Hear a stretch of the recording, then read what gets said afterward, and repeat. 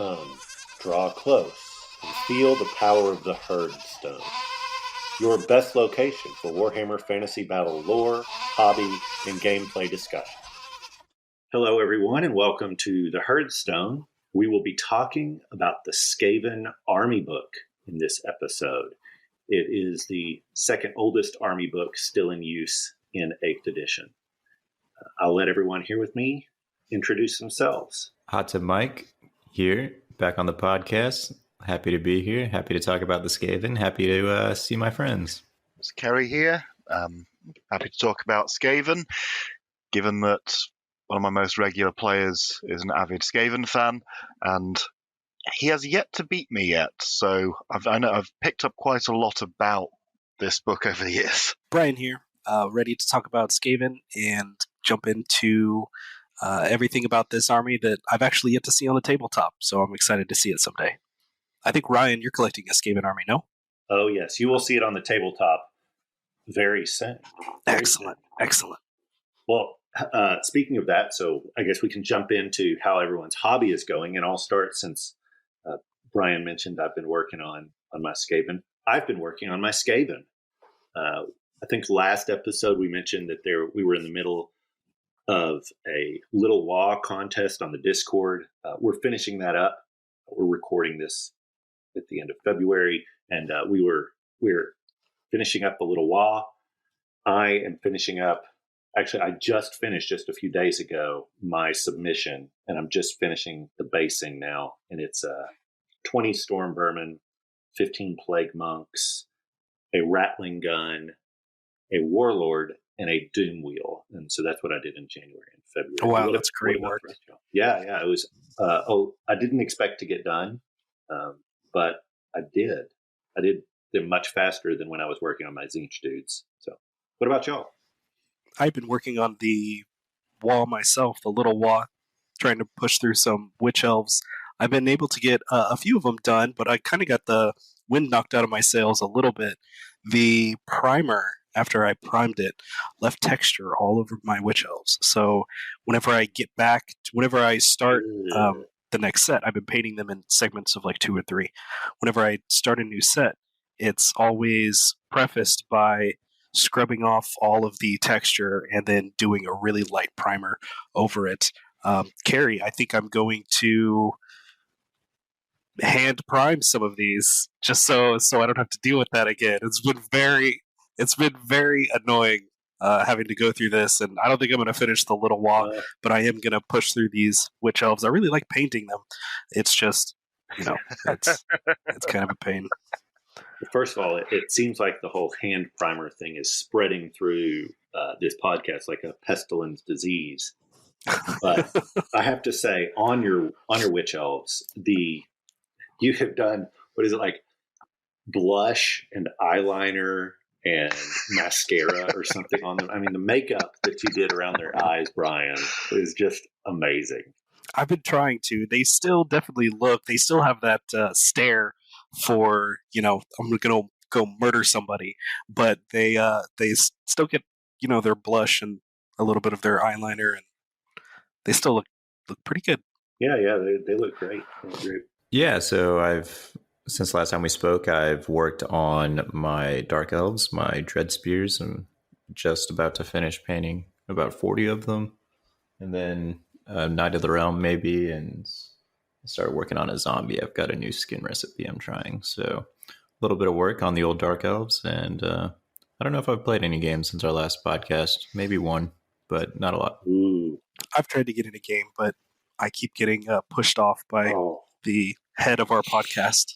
It's been rough. I haven't gotten a game in since, I think it was early January. I'm not sure the last time when Mike and I played. So yeah, I haven't played in a while, but I think both of you have gotten a game in since I have. So I know. Yeah, Brian played the Chaos game. Yeah, and you played against.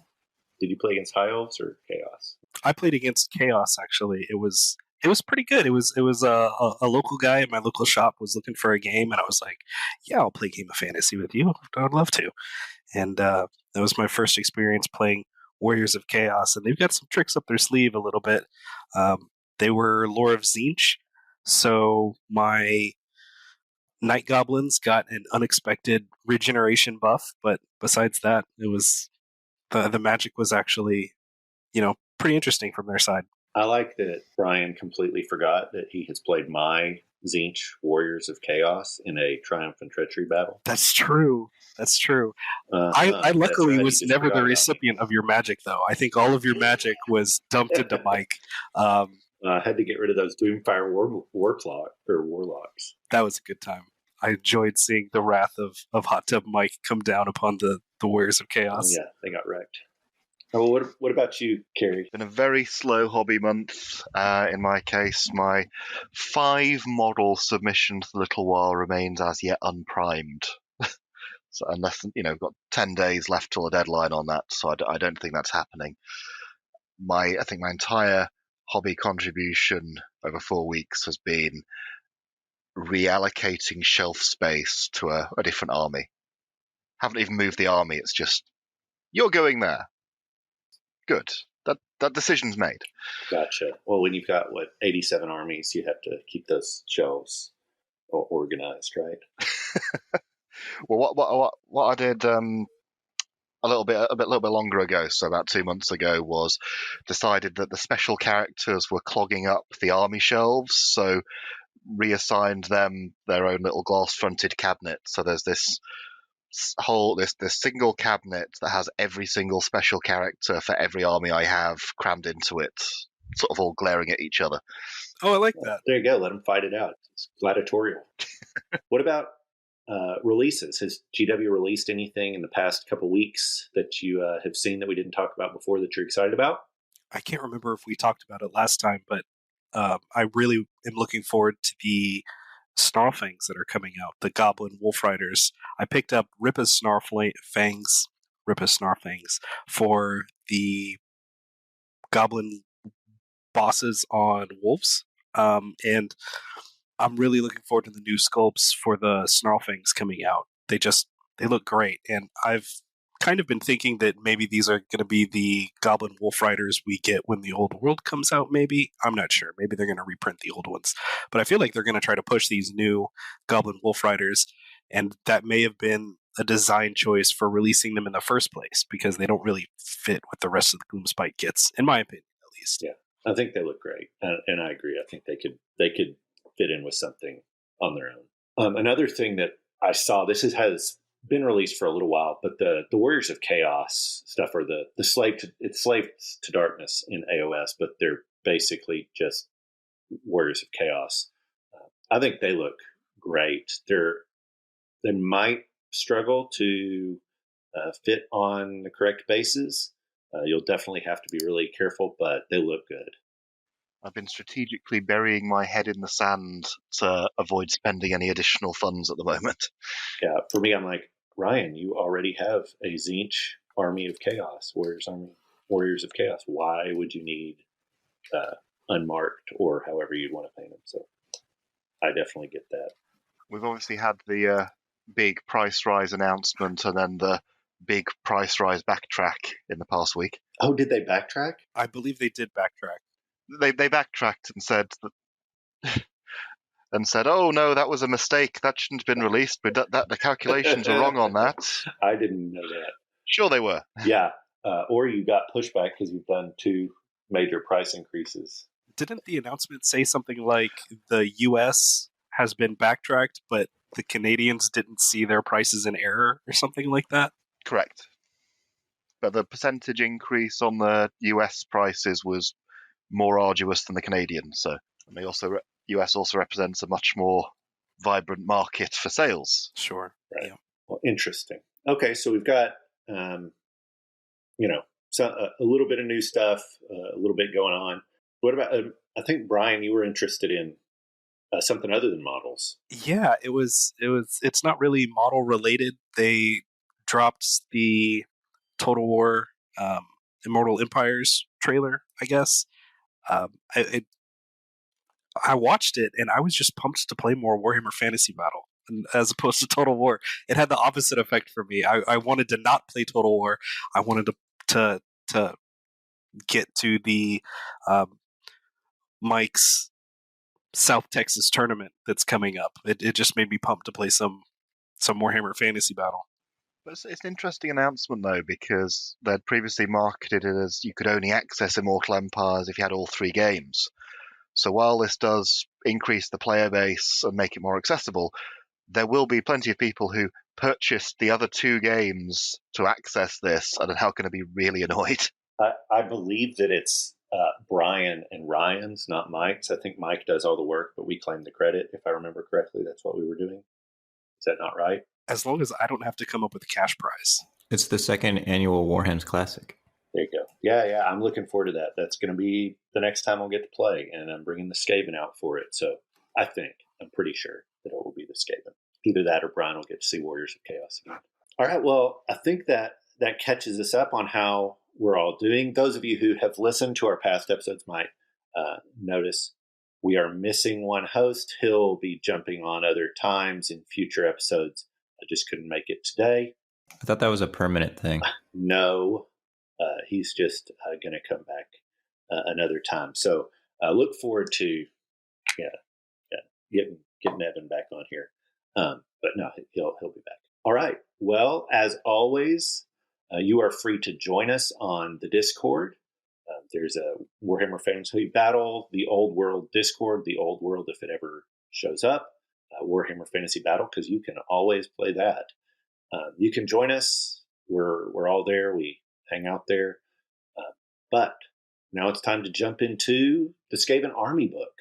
So we're going to start off with faction lore for the Skaven Army book. So I'm just going to call on someone and make them give us a 1-sentence description of Skaven. Brian. Nobody stops the Skaven better than Skaven. Very true. Mike. Our bipedal friends from below. All right. I said 1 sentence. Y'all are going with like minuscule answers. Okay. Kerry, what do you have? Sorry, I am here. I'm just trying to think of a good one. Probably both the easiest and most difficult army to shift, which will make sense when we get to the army special rules. Okay. All right. Well, I'm going to just give the very basic giant rats with short attention spans and superiority complexes. All right. So those are our descriptions. I don't know if anyone actually got to look over previous army books, but are there any significant changes, other than just, added models or whatever? But whereas the Bretonnians had a fairly significant kind of aesthetic change or lore shift from 5 to 6. Was there a shift from the 6th edition book to the book that we're looking at today, which is the 7th ed book? There wasn't a huge amount of revelatory material in the 7th edition book. It was more a repackaging of what had previously been there. 6th edition book obviously has less detail and less page count, so it feels more like an expansion and an extension. All right. Well, we already kind of, we gave you our one sentence or some just one clause statements of who the Skaven are. But the very first thing we find out about the Skaven is they're these giant rat creatures that live below the world, and they want to rule everything. And something that spoke out to me, like at the very first page of the Skaven book, is a lot of books, the book is written as if whoever's writing it likes the faction, right? Like they're on their side. They have some sort of affinity for it. But this first page was written like, no, these are the bad guys. They're pure evil. They hate everything and everyone and want to destroy all of it. And they're awful in every single way. Did anyone else, did y'all feel that was different?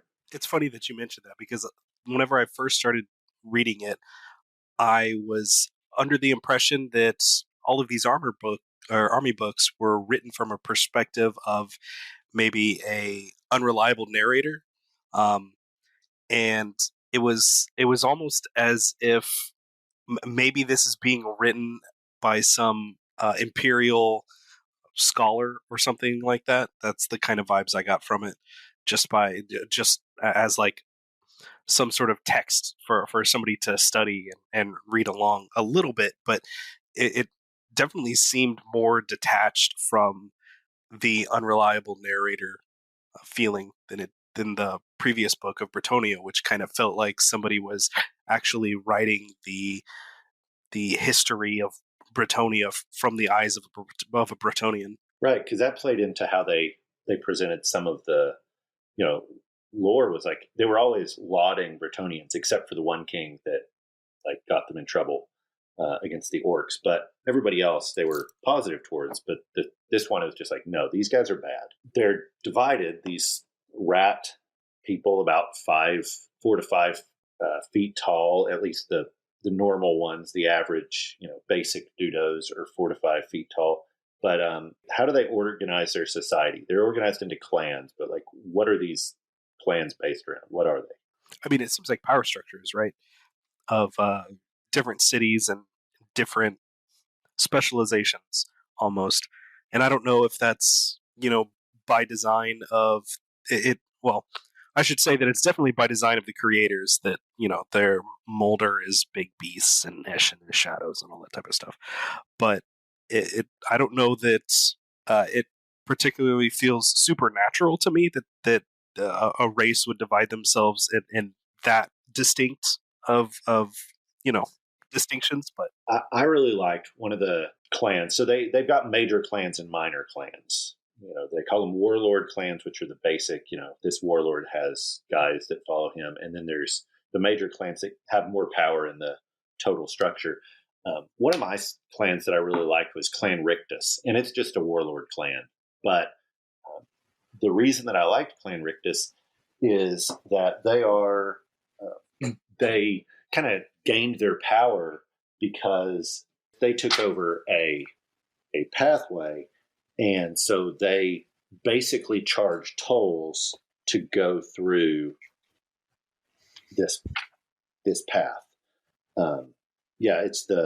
It's under Varric Cadron, which is Mad Dog Pass, and they charge tolls. And because they charge tolls for everyone to go past, they have a lot of money, which means that they can, I guess, afford more storm vermin. So I liked that it wasn't like this clan didn't get a lot of storm vermin because that's just who this clan is.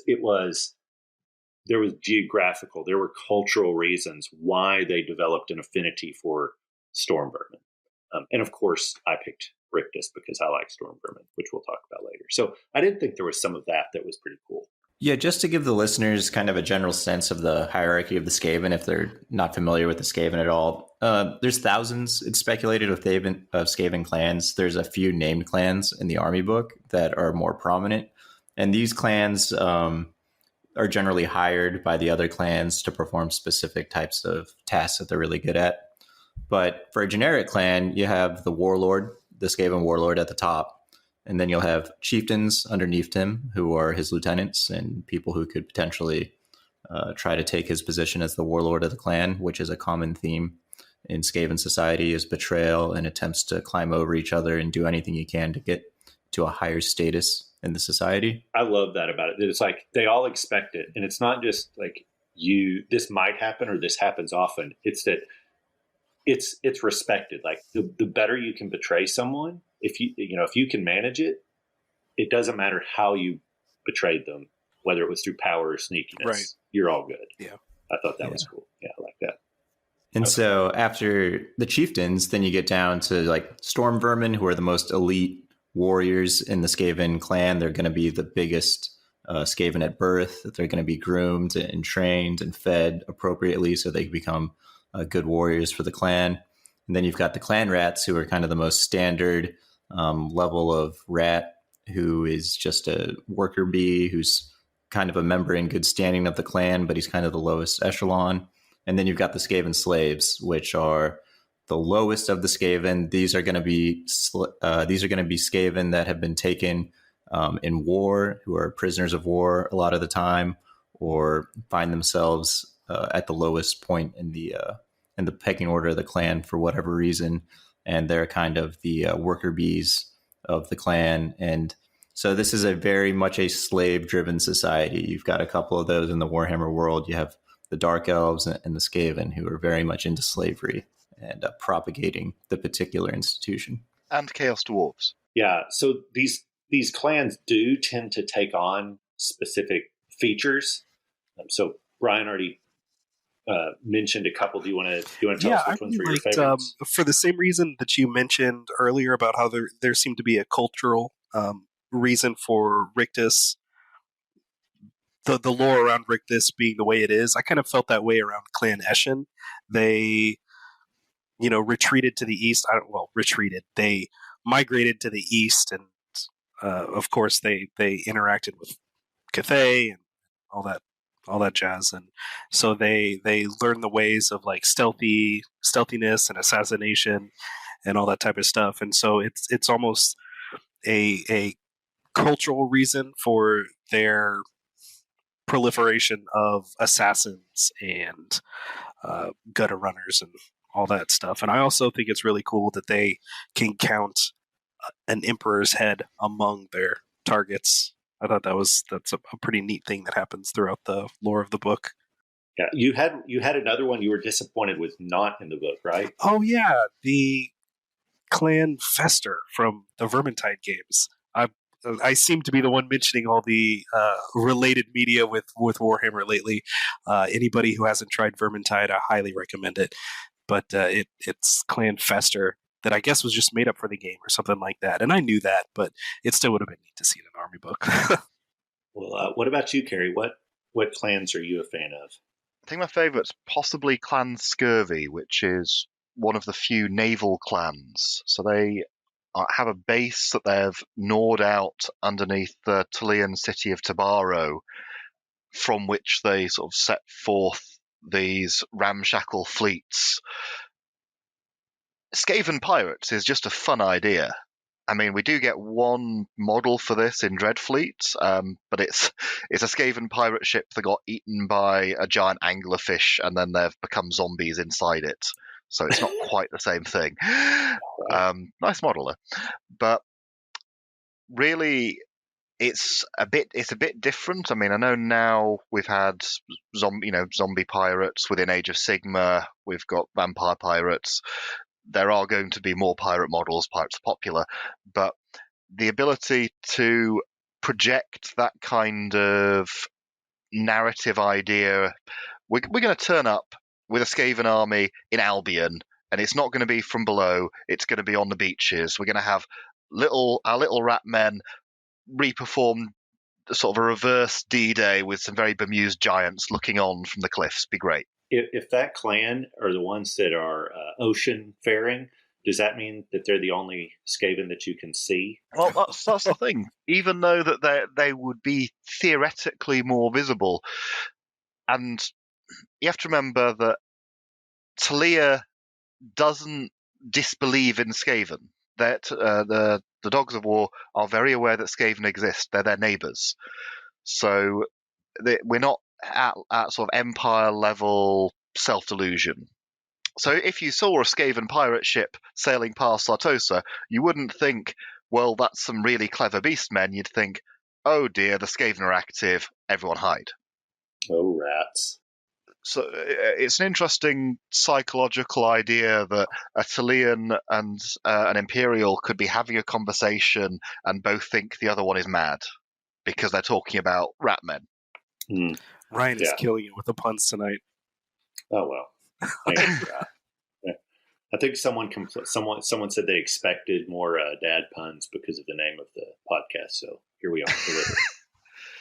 But of the major clans, I think my favourite is Moulder, and that might be because of coming in really in 6th edition, where Throt the Unclean was the big character that was getting pushed if you didn't like Thanquol, and you got the Moulder variant list in White Dwarf with Throtlings, sort of his little random experiments. You got augmented rat ogres, armoured rat ogres.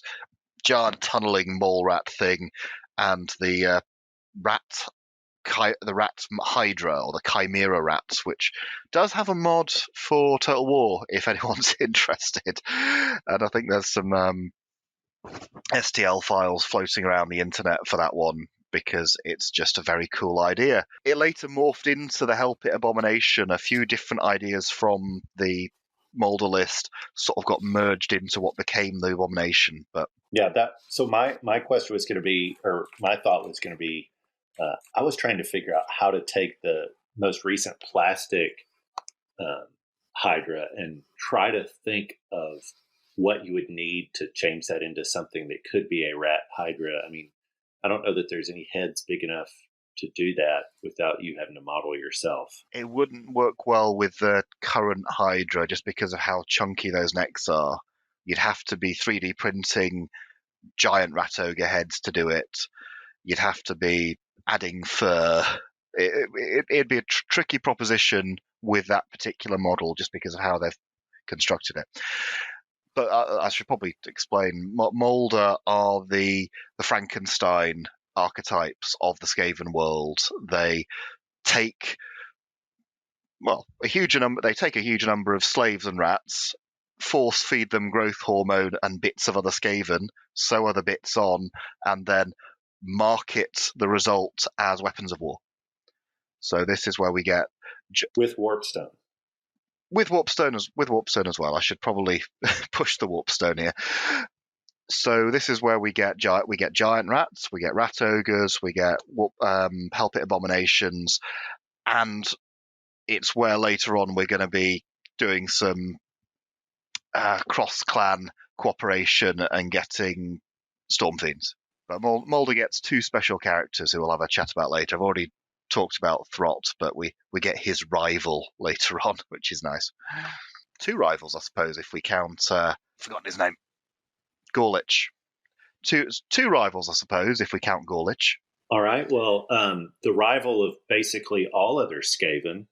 Mike, you want to talk about your favorite? Yeah, I can talk about Clan Pestilence. So just to set the stage for everyone who's not really familiar with the Skaven, clans like Clan Scurvy and Clan Rictus are just a couple of named clans that kind of have a paragraph in the book, but you also have 4 major clans, and these are clans that you'll see people a lot of the time base their armies around, and these 4 clans have different specializations. So Clan Pestilence is my favorite clan in the book, and they are known for kind of the sickness, kind of the rot. They're basically the Nurgle, the sickness, the Nurgle version of Skaven. Yes, that is a reference to the 2000 song "Down with the Sickness" by Disturbed, and so yeah, I'm a big fan of them. I like Pestigore. I like Nurgle themed things with my Beastmen, and so Clan Pestilence has a long and rich history in this army book, and we're going to be excited to talk about that. But generally speaking, yeah, they are a diseased breed clan of Skaven who developed that lineage by being in the Southlands and surviving kind of jungle environment, malarial type environment, and coming out the other side stronger for it. Yeah, they feature prominently in a lot of the lore and serve as a major pusher of a lot of what happens as we talk further. The last of the major clans. So Brian talked about Eshin, kind of shadowy and ninja and that kind of stuff in the shadows. Kerry talked about Molder, make the monsters and all that. Mike mentioned Pestilence. The fourth of those major clans is Scryer, and they are the crazy engineers and weapon inventors that love warpstone and lightning and machinery and mixing it all together. And so they make war machines. They have crazy weaponry and pistols and guns and all sorts of stuff like that. They make a lot of the weapon teams. So Clan Scryer makes a lot of money by selling their wares to other clans that need them. So that's one thing that's important about three of the four major clans, all but Pestilence, so Scryer, Molder, and Eshin, is they are major because they have something that other clans want, right? They sell, if it's Eshin, they're selling their ability to go and assassinate something. If it's Molder, they're selling rat ogres and other crazy stuff like Halpit of Abominations. And Clan Scryer is selling this wild weaponry. But as we said, though, Pestilence will be a major clan for a different reason. I was actually really surprised how much Pestilence featured in the Skaven lore. I figured they would just be... honestly, I thought it would be Scryer. They would be the most prominent in the Skaven lore, just because of their, stronghold. But the Pestilence definitely seem to be the movers and shakers when it comes to a lot of the happenings in the Skaven lore and the progression of the timeline. That was really surprising to me. I quite like Clan Skyer because they give a very steampunk type of vibe, kind of really advanced technology for the Warhammer Fantasy Battles world, technology that borders on 19th century human technology with regards to these types of inventions that they're able to produce. And so I'm really down with the technological innovation and mastery that they're able to show, and able to show how intelligent they are and how much more advanced they are than other races, even though they're these kind of nasty bipedal rats. And I think this is a good time to point out that one of the key features of the Skaven is that they have almost zero forethought. I mean, they can make plans, but they really don't think about the future in the same sense that a lot of races do. It stresses throughout the book that they are short-lived. So whereas dwarves are extremely cautious with their engineering guild and all this stuff, Scryer is going to be the exact opposite, because they're just going to go and do whatever seems to work at the time, and it's going to kill a bunch of the enemy and probably a lot of them too, but they don't really care. And so I think this idea of them being impulsive is an important feature of who they are, right? That individually, but also as a faction, they go all out, and they don't really always think about it. And I like that about them. Scryer were the only clan great clan that didn't have their own army list back in 6th edition, which is always a bit of a disappointment. So I've touched upon the Molder one, but Pestilence had their list and their founder special character in the Lustria supplement, and Eshin obviously had their list in the Storm of Chaos. So if you were a Scryer player, you were sort of shortchanged a bit back in 6th. That kind of makes sense. Like, you could possibly see that in the model range, right? Like there's the regular stuff in core, but in special, most of the major clans have an infantry unit or two that's you could have a decent number of them to make a line of infantry, but Scryer doesn't have that, right? Like Molder does. Even Eshin, you can put out stuff, but Scryer, you don't have. You have attachments, but nothing of their own. So was it not until 7th edition that they came out with Ikit Claw? Ikit Claw was around back in like 4th, 5th edition. If you look in the 7th, in the book we're reviewing, that is a very old Ikit Claw model. His new model didn't come out till 8th. All right. Well, so we have the clans, but how did the Skaven come about? Because they are different than, let's say, Beastmen, right? They're not just rat Beastmen. Maybe, at least, if you are not an Imperial guy. Can I just clarify, because I don't think I was clear. What I meant was lists specifically based around those clans. So all those characters, all the different units still existed for all those different editions. 6th edition just had, here is a solely Molder list, here is a solely Eshin list. Oh, okay. So in White Dwarf, right? Not just in White Dwarf. So Molder was in White Dwarf.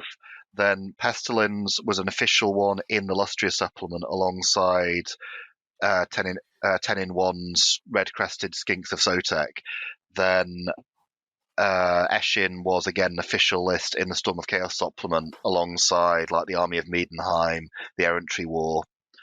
So these were some of these were tournament official. Just never play Eshin in a tournament. It's awful. All skirmishes. All right, so we've got the origins. Where'd they come from? It's notoriously difficult to know, Ryan. Oh, why so, Mike? So the book, the Army book, lets us know that any type of anthropological study of the Skaven is, nigh impossible, because the vast majority of people refuse to acknowledge they exist, and it's not like there's any academic field kind of studying the origins of the Skaven. So, well, as Kerry pointed out, the vast majority of imperial people, and I think Bretonnians as well, there are in the border princes and stuff, they do recognize that they exist. But yeah, even there's reasons why they're mysterious.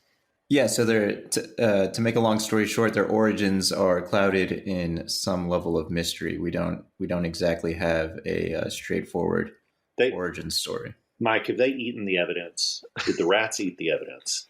Yeah, I don't think there's many people who've gone down into their lairs and come back out alive, let alone found anything that would indicate an origin story. I mean, I don't know how much of a written society this is, or how much archaeological work can be done. So, right, it's tough. They specifically say, like, well, they don't write down their history, so anything we get is basically from others. I think it actually said, like, if you get something from the Skaven, it's one Skaven writing about how awesome he is, and then so it's just like personal propaganda about their greatness. That's the only thing coming from the Skaven. Yeah. And do any humans even read, Skaven, right? So the scratching. So this is how it's presented in the Army book, and we get bits and pieces. If we go into sort of the wider sources, like the Children of the Horn Rat supplement from the second edition RPG, we do get some firm answers. But we should probably cover what's in this book first. So one other thing on the difficulty of sources, it says that before Sigmar, like, they started making themselves known, but like it's hard to find sources from that time, even for the Empire, even though they wrote down the sources, because like a lot of the documents just mysteriously disappear. Right, they're just gone, and there's a few at the Border Princes areas, but most of the sources on Skaven end up fragmentary or just disappearing. But if we cross the mountains into Talia, so Warhammer Italy, we do get stuff, because this is all tied into their main religion, and also the main religion of Estalia, because their goddess was the queen of Tylos, who left when it all was going south. So it's one of these things where it's easy to sneak into an imperial archive and gnaw up some records of sightings. It's difficult to sneak into the Grand Temple of Miradima and gnaw up all the priests subtly. Right, so it's different sourcing. So, yeah, again, this is one of the great things in Warhammer, is where the culture actually, the writers actually have the culture shape what happens, and I really love that. That's really cool. The Germans don't believe the Italians. Understandable. But if we were to say, is there a document that tells us how the Skaven arrived or came about? Do we have one? Oh, the Doom of Kavzar. It was so cool the way they had it set up in the book. This Talian legend of the origins of the Skaven, or supposed origins, written down as if it's from the an imperial archive. I think at the end it says a professor of history in Altdorf or something like that. Can't trust those guys. Yeah. They and if anybody, it's quite long. Quite long just to say it verbatim in a podcast, right. But it's actually very cool, and I suggest everybody go out and read it real quick. It's like I don't know, a dozen paragraphs, 10 paragraphs or something, of just the legend of this prosperous city that was owned by the humans above ground and dwarfs below ground, and they wanted to build this temple to their gods, and it was a never-ending project, and centuries long. Yes, centuries long, generations long. That it was just never ending, and then a mysterious man showed up and said that they could finish it as long as they could put a devotion to their own god at the top. And lo and behold, it was at the top. The townsfolk gathered around to see the horned bell at the top, and as it rang 13 times, which is an important number for Skaven, the whole city was thrown into ruin. It's really great. This is probably my favorite part of the book right here, the Doom of Kavzar. So Kavzar is an alternative name for the city of Tylos, which is the. If you know anything about Talian geography, you know that the majority of the Talian city-states are built on elven ruins, and Tylos was the one human-created city. So this is the pinnacle of their human civilization at a period at pre-Sigma, if you're north of Nehekara, and this is what happens to the humans when they try and get uppity and have their own civilization. It turns into a sort of Tower of Babel parable where they learn from their hubris not to do this. The biblical aspects of this story and then what happens afterwards are pretty clear, right? Like there's this Tower of Babel story that the humans, as you said, reach too far and it destroys them, but they actually all die. And it's going to be the Skaven who follow with the rest of the Tower of Babel story, which I thought was really cool. Did you have more to say on the Doom, though? So not all the humans die in the Talian version, the non-poem. So the queen of Tylos, Modima, sees the way this is going and leaves before the cataclysm, and then this is where Talian culture comes from, allegedly. But there's a big debate between Estalia and Talia as to where she went first with the refugees. And that's in the role-playing stuff? That's in the role-playing stuff. But okay, this is all material that's really just exists for Dogs of War players, and how many of those are there? Well, any of them that exist should be ashamed of themselves. Yeah, it's interesting. I mean, in the timeline of the book, they give this as happening 2,000 to 2,500 years before the time of Sigmar, and we just reviewed Heldenhammer a couple of weeks ago, and we saw how primitive the men of the Reich were at that time, and so 2,000, 2,500 years even before that, these guys seem pretty advanced. The folks who were living in what it became the Blighted Marshes between Tilia and Estalia. Right. So Kavzar falls and collapses and becomes, well, at least according to the story, becomes the city of Skaven Blight, which is the central city of the Skaven, and it just becomes marshes, and the marshes are filled with this gas that can kill you if you try to go through it, and it talks about how it's almost impossible for anyone to travel through to get to it. And actually on one page, it's not the page that tells about the origins of the Skaven, but it's called the Under Empire. There's a map that shows where all the major Skaven strongholds are and Skaven lairs, and it shows where Skaven Blight is.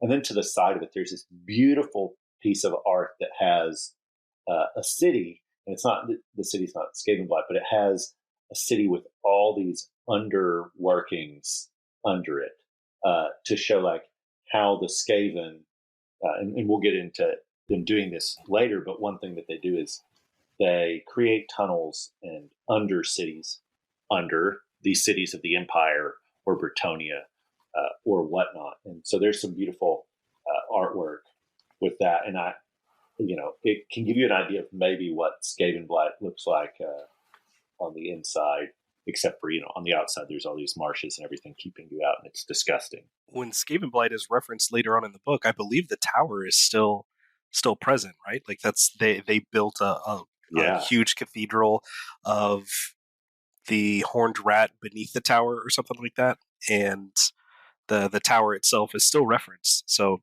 I suppose even in Karl Franz's time, that the Great Tower of Skavenblight is still existing. I wonder if there's any lore about any characters that happen to fly by and see the tower. I thought it was cool that tower is still central to Skaven Blight. Like, so the humans and dwarfs built it, and it's still Skaven, right? They took it, and it's still theirs, and they're never going to let humans get it back. If we continue on the biblical story, right? So we said that there's this Babel. I think what's cool is the next thing that, in the Tower of Babel, you got the humans spreading out, but with this history, when the humans and the dwarfs are gone or dead, then the Skaven,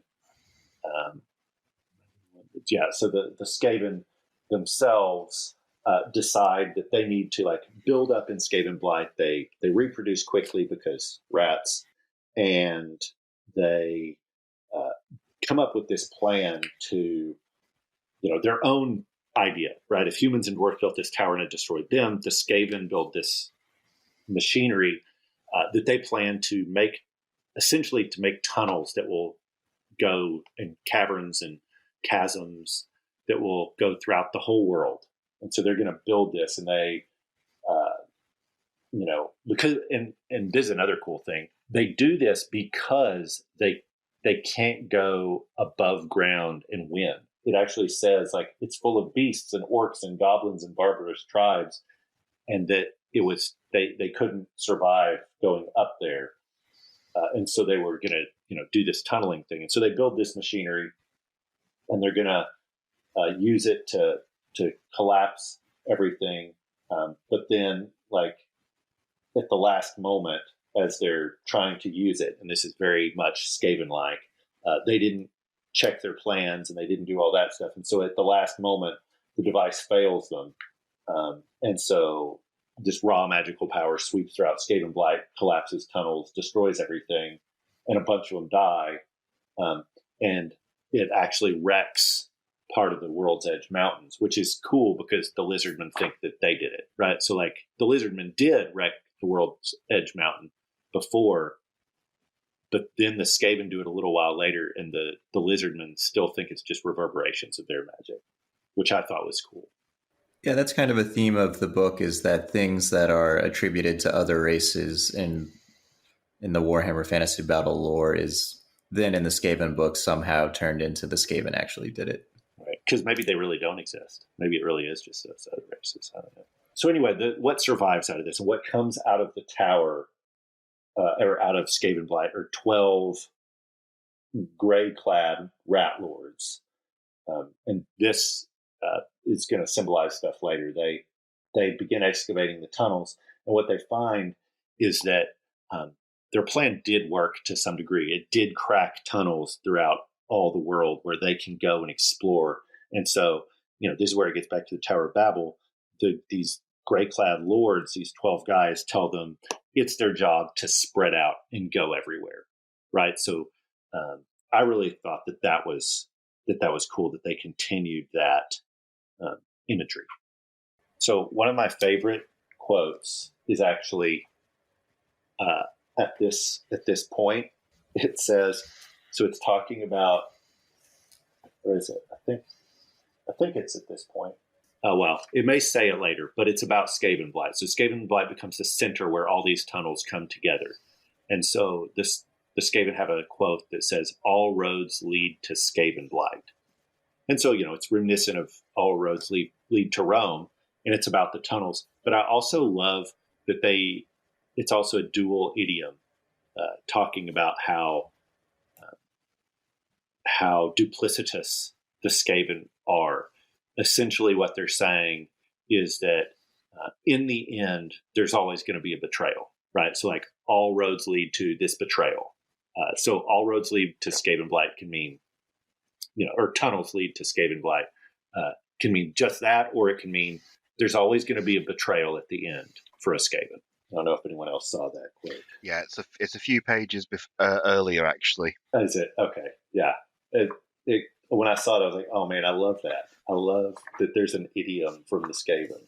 Yeah, I thought it was really clever. All right. So as they're spreading out, they're doing all this stuff. What else is going on? So when they reach the sort of shores of the Sour Sea in their spreading out, they run into the largest motherlode of warpstone they can imagine, which would be great, except it's under the fortress that's been built by Nagash, who is in the middle of his Nagash. Yeah, in the middle of his planning of world domination, or in this case, Nehekaran domination. So the Skaven see warpstone. They see someone who won't give them warpstone, and they end up in a war with the undead that just drags on and on, endless battle of attrition, until Nagash makes peace with the Skaven to swap warpstone for slaves. As in, depending on which source you go, they drive orc tribes in for him to play around with and experiment on. He has a great time. He's progressing his plan to poison Nehekara and thus lay the monarchy low. And he drags the king of Nehekara back to Cripple Peak, to Nagashizar, and is about to do the great ritual to kill all life within Nehekara and then raise them all as his unliving servants. And that's the point where the Skaven start to clock that maybe they're in over their little furry heads. And maybe they shouldn't have been backing this guy. And so they come up with a suitably sneaky way of betraying him. So they take a big... They crack me up. Just when the book is like, they want to betray him, but none of them are courageous. So they've got to find a way where they can betray him, but they're also terrified of him. So what are they going to do? So I'm going to paraphrase from the Tomb King's version of this, where they're sort of trying to keep the Skaven at arm's length. So we have the last king of Nehekara in the dungeons, when suddenly the door is unlocked and there's these sort of hunched little people that he doesn't recognize, very shadowed in cloaks, that sort of ferry him to the throne room and then hand him this massive glowing sword of warpstone. Because what the Skaven have done is they've built the Fellblade to kill Nagash. None of them are willing to wield it because they know that this is going to be death to whoever starts swinging it around. So they just grab the nearest patsy they can who has a hope of doing this. And they help. The Council of 13 are happy from a distance to provide like massive level of magic resistance. But at this point, Nagash is unconscious, having knocked himself out doing the ritual. So the first thing he knows of it is guy with Fellblade slices his hand off, and then it's on. We get the showdown. We have members of the Council of 13 just burning out, dropping dead from the sheer amount of magic flowing around, even though they're just sort of providing counterspells. And Nagash gets hacked to bits. And the Skaven now are willing to come near the scene of the crime, grab the bits of him and chuck him in a warpstone furnace. They don't want they don't want any chance of him coming back. The hand, though, scuttles off into the shadows, and that's a relic that keeps popping up in the lore. Yeah, I thought it was funny that the hand got away. You really got to give a hand to Nagash for making his escape. So off goes the dying king with the Fellblade, which the Skaven do retrieve, and the Crown of Sorcery. We'll pick that thread up again in another Armybook review, I think. But the Skaven take over Nagashizar. They now control the warpstone, and they more or less mine out this huge amount of warpstone. This is a huge center point of the Skaven economy until several hundred years later, or best part of a millennium actually, who should show up again but Nagash, who's resurrected himself and reconquers Cripple Peak in one night, only to find that most of the warp stone is gone, and the Skaven are like, okay, we're just not going to get involved again. We're going to let you have it. You can have your empty mountain. You're welcome to it. Pretty sure your crown's that way, and Nagash goes off to fight Sigma, and that doesn't go well for him. Yeah, it was also interesting that, like, in the lore section, it says, over 300 years later, someone shows up back at this place, and then it reveals that it's Nagash. And then in the timeline section, it's like 1,300 years later is when he shows up again. You're like, wait, that is more than 300 years. But usually you don't just say, like, over 300 years later when you mean 1,300. Also, the clan that gets wiped out is Clan Ricket. They're the clan that had been given this location, the Cripple Peak, and Nagash destroys them, as Kerry said, in a night. Just wipes them out. But that's not uncommon. Clans get wiped out a lot because they're just rats. So now that Council of 13 is going to show up much, much later in End Times. They are sort of heralded as the greatest Council of 13 that there ever was, but then they immediately fall to infighting once Nagash isn't there, and as punishment, the Horned Rat seals them in the equivalent of Skaven Hell, and when he goes to fish them out again, they've basically formed what would be called a Rat King, where all their tails have intertwined and they've become one merged consciousness. Uh-huh. So he turns this into Screech Vermin King, who is the Lord of the Vermin Lords, and available as a model. So that's where he comes from. It's interesting. It's 12 Skaven merged into one consciousness, so there's a certain amount of infighting within this character's own head. Even better than just a regular Skaven, which is already entertaining. I didn't see that he was available as a model. That's cool. If you buy the Vermin Lord kit, he's one of the 5 options. Interesting. So that's the origins of him. Next, we also have the origin. While that was going on, the origins of Clan Pestilence is taking place. Yeah, so kind of at the time that things are settling up between Nagash and the Skaven, we get the origin story of Clan Pestilence, which we touched on a little bit at the beginning. But to more fully develop that, Clan Pestilence was one of the clans that went out from Skaven Blight kind of around the time of formation. And they make their way to Lustria, and they have a tough time in the kind of jungle, malarial, disease-prone environment of the tropics, or what approximates the tropics for the Warhammer Fantasy Battles world. And yeah, it says there's only like 200 or 300 of them left. Yeah, and I think what they do is they basically just make a bargain with the Great Horned Rat. That, hey, if you'll let us live and we devote ourselves to your glory, then that's kind of a bargain that they strike, and they're able to fight their way out of Lustria and make contact again with Skaven Blight. At this time, they're growing in power.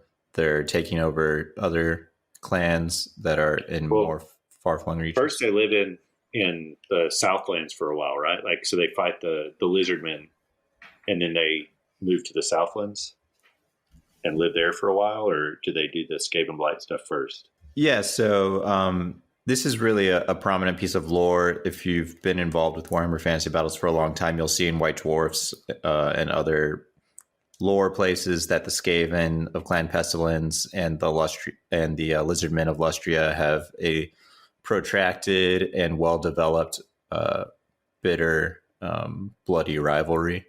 And there's trading back and forth of cities and grand battles that are taking place between these two enemies. Eventually, Clan Pestilence makes contact again with the Council of 13 and Skaven Blight. By this point, Clan Pestilence has become quite powerful. Even for the Skaven, who are rats who live under the ground, Clan Pestilence is particularly gnarly at this point. They're kind of described as Skaven who are bubonic plague ridden, who have boils, who, kind of people or Skaven touched by Nurgle, basically, just very diseased.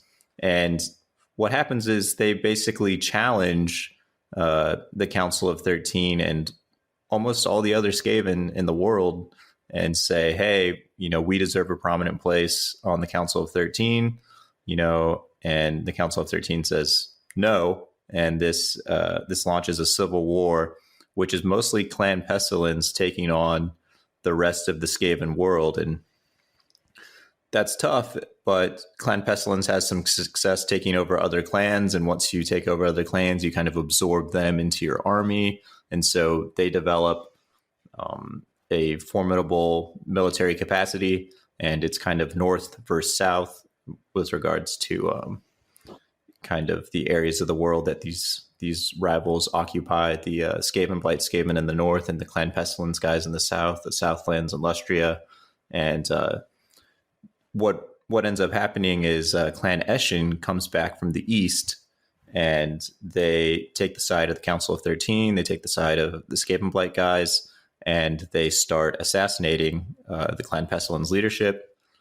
Eventually, the Clan Pestilence leadership is decided that they need to be more self-preservative, and they sue for peace, basically, with the Council of 13 and the guys in Skaven Blight. And Clan Pestilence is, warily welcomed back into the fold of the Skaven hierarchy, and peace is made between the South tribes, or the South clans of the Skaven, and Clan Pestilence and the Northern tribes or clans. I love that they sacrifice that the Clan Pestilence starts losing because Eshin comes back, and so they sue for peace, but they're still powerful, and so they can't just the rest of the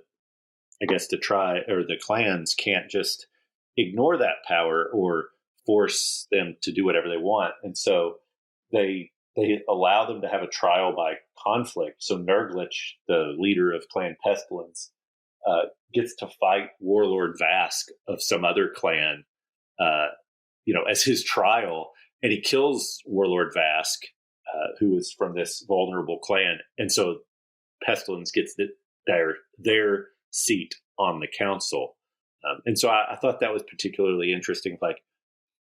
Clan Pestilence kind of loses, but the Council of 13 knows that they're powerful and they have to make sacrifices. So they basically sacrifice another clan. They're like, you fight them as their trial to punish them. So I thought that was very Skaven. Sacrifice other clans. When they go to make peace, I thought it was funny that Nurglich showed up to Skaven Blight with a vial of some disease that would break if he got killed. So it was like a mutually assured destruction. So the assassins in Skaven Blight didn't want to actually kill him, and they actually had to listen to him lest the disease get released. And if that kind of interplay interests you, there's a book there's a short story that's actually for AOS. So it's a Age of Sigmar short story, but it doesn't have any components in it that would make it AOS and would say it couldn't be Warhammer Fantasy. It's called The Unlamented Archpostulant of Clan Morbidus. It's by David Geimer, and it's in the Inferno Volume 3 short story selection. But it talks about that type of interplay of multiple groups all scheming against each other for power and using whatever methods they can, whether it's strength or assassination or disease for their own good. So this definitely reminded me of that story, The Unlamented Archpostulant of Clan Morbidus. And with Clan Pestilence coming back into the main Skaven fold, that's really when we start to see the lore develop around Skaven and disease and biological warfare, and being kind of the harbingers of pestilence and disease really within the Warhammer Fantasy Battles universe, and how they're able to cow their enemies with their disease warfare, basically. Well, it also imbues them with a sense of purpose. Like when in this book, if the Skaven are going to be doing something, if they're going to be going out and fighting an enemy, it's because Clan Pestilence has some sort of power, which I thought was really interesting. Like they're one of the motivational keys to getting the Skaven organized and fighting the enemy. Yeah, almost immediately after they make peace, it immediately goes into boom, the Black Plague was released. Clan Pestilence wanted to do something, and so they teamed up with I think Eshin, and they put it in some wells of the cities of the Empire, and then it spreads, and then that's whenever it goes full-blown united Skaven force trekking across the Empire, which I thought was interesting given the memes and all that about the nobody from the Empire believes that the Skaven actually exist. Meanwhile, in a very definitive part of their history, which I guess was probably wiped out by Skaven later, they had, regiments of Skaven actually trekking across the Imperial countryside, just unopposed, destroying cities and laying siege to major cities. Right. I mean, it lists certain cities as being locations where they were just collecting enslaved Imperial citizens there. And I think something like 2/3 of the population dies, something like that. I think it's 3/4. Is it 3/4? So even more. Yeah, it kind of, takes from history and kind of the concept of the Black Death that, through the Empire / Holy Roman Empire, you see just a massive depopulation due to disease. And right. This kind of touches on slavery, which we talked about Skaven slavery on Skaven slavery, but really a huge component of Skaven slavery is also taking slaves from other races who they conquer, who then go work underground, and life expectancy is, probably numbered in days. While this is going on in the Empire, the Emperor seals himself up with his court, and if anyone's ever read Edgar Allan Poe's Masque of the Red Death, it's basically that, except when death comes, it's a Skaven. Yeah, that's one thing that Warhammer authors and lore makers did well, is putting in literature and history in interesting ways. And you can see it show up, and that's another one. Well, a lot of the lore they just steal from real history. Well, yeah, I say put in. Yes, it's stuff, but whatever. It's still fun. It's fun to have a Skaven twist on real history. That's right. That's right. And then they try it against the Bretonnians, right? The Black Plague. Oh, I'm sorry. How did the Black Plague end? Like they don't succeed in destroying the Empire. So the Count of Miedenheim, Manfred. Is it Manfred? Mandred? Mandred. Too many names. So the Count of Miedenheim, Mandred, rallies the Empire and drives them out, and thus is forever known as Mandred Skaven Slayer. He becomes the new emperor. It looks like the Empire is going to be back onto an even keel. Skaven assassins get him, and now we're into anarchy and the Age of Three Emperors. So this is the bookend point where what we're going to see in the old world politically starts.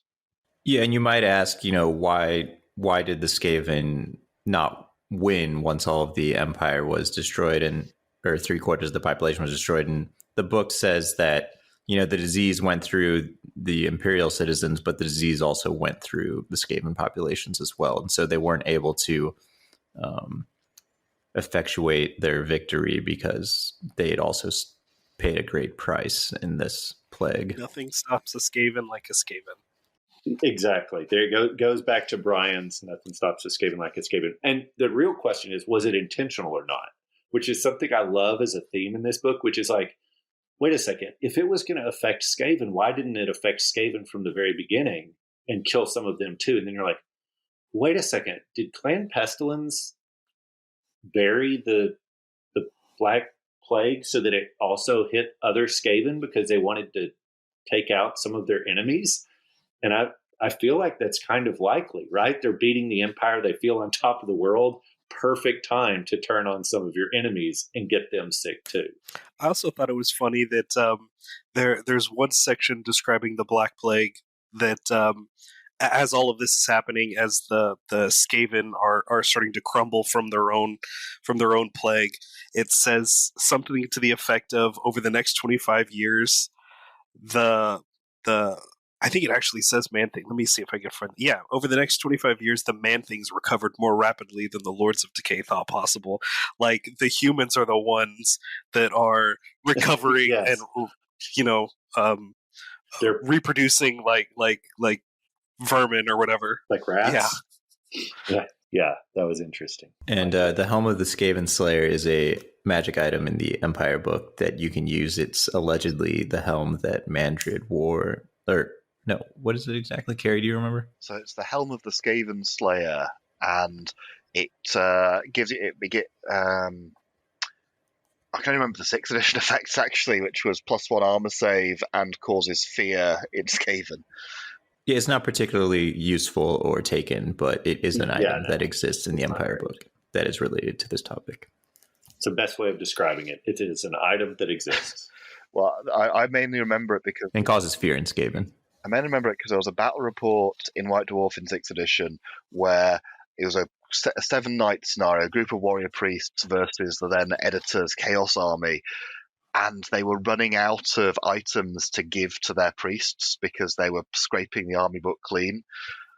So they threw what you see as what you get out the window, and you had this priest with the hat of Skaven slaying, which is a blob of green stuff stuck on and painted brown to his bald head. Yeah, that was around the Storm of Chaos. I think Volten was one of the warrior priests, right? He was. Yeah, he got run over by chariots in that scenario. Yeah, I read that. That was a good one. Those are the best magic items, though, right? Whenever they actually have a lore reason for existing. Yeah, like a significant one that's not just like, doesn't feel like it's just made up just for that item. Well, they do try the Black Plague 2, but this time they're going to go after Bretonia with the Red Plague. Yeah, and they implement it.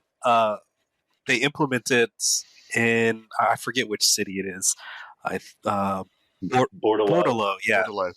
And it actually doesn't go very far because the Duke in charge there just realizes that if he just burns down the poor quarter, then the plague is handled. So it's just a difference in cultures, I guess. This is a poor disease, and then just burns down. It didn't say that the poor were in their houses when he did it. He might have moved them out.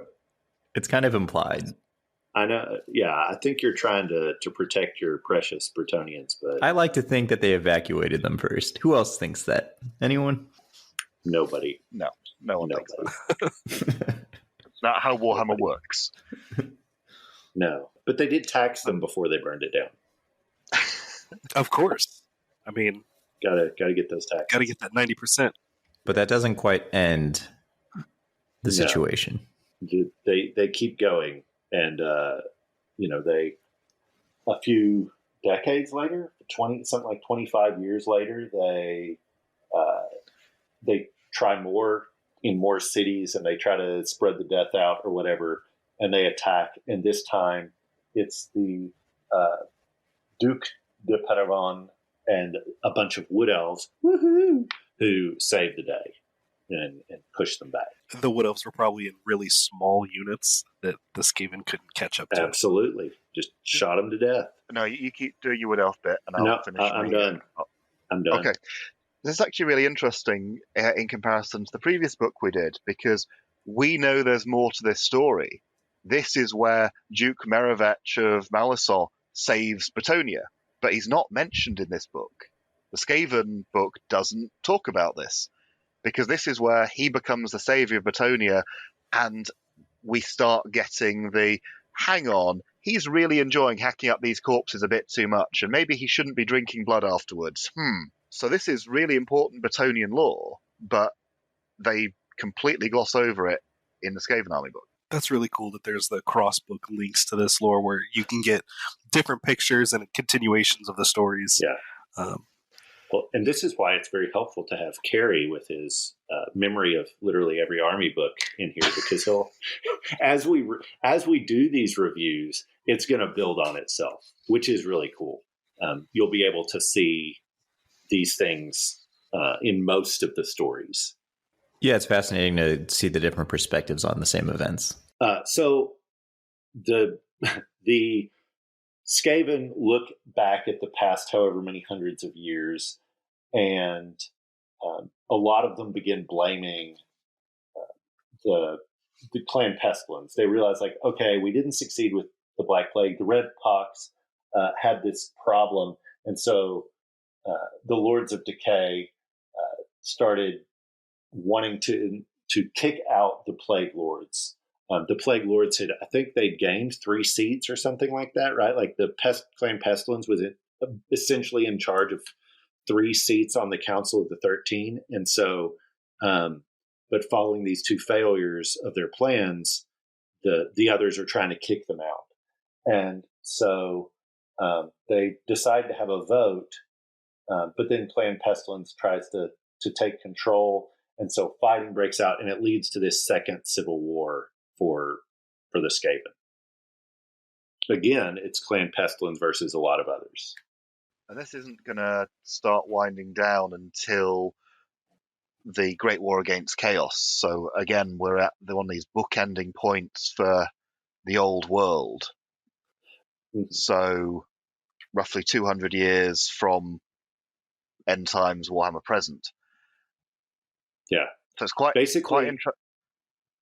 Sorry, go ahead. So it's quite interesting to think that if Skaven appear within the old world, we might be in red, them dealing with the Red Pox in Batonia, but it might be that there's a Skaven civil war in full swing, and we're going to get some good Skaven on Skaven lore. Yeah, it's also another one of these moments where you get why certain groups are the way that they are. Clan Scryer takes over Skaven Blight at this time and become the ruler of Skaven Blight, and create these super engineering pits in Skaven Blight as well. But ultimately it won't end until, with this Chaos Army that Kerry mentioned building up, there needs to be the Skaven need to get their act together. And so some of the Grey Seers, which is actually not a clan, but they are a group that works somewhat together. The Grey Seers tell everyone that the Great Horned Rat himself is telling them they have to come to Skaven Blight for a big council meeting. And so they do, and the Great Horned Rat shows up and tells them essentially to get their act together, tells them how he wants them to organize the Council of the 13, puts up a pillar of pure Warpstone with 13 sides, with 13 blocks with glowing ruins in it. And whoever touches this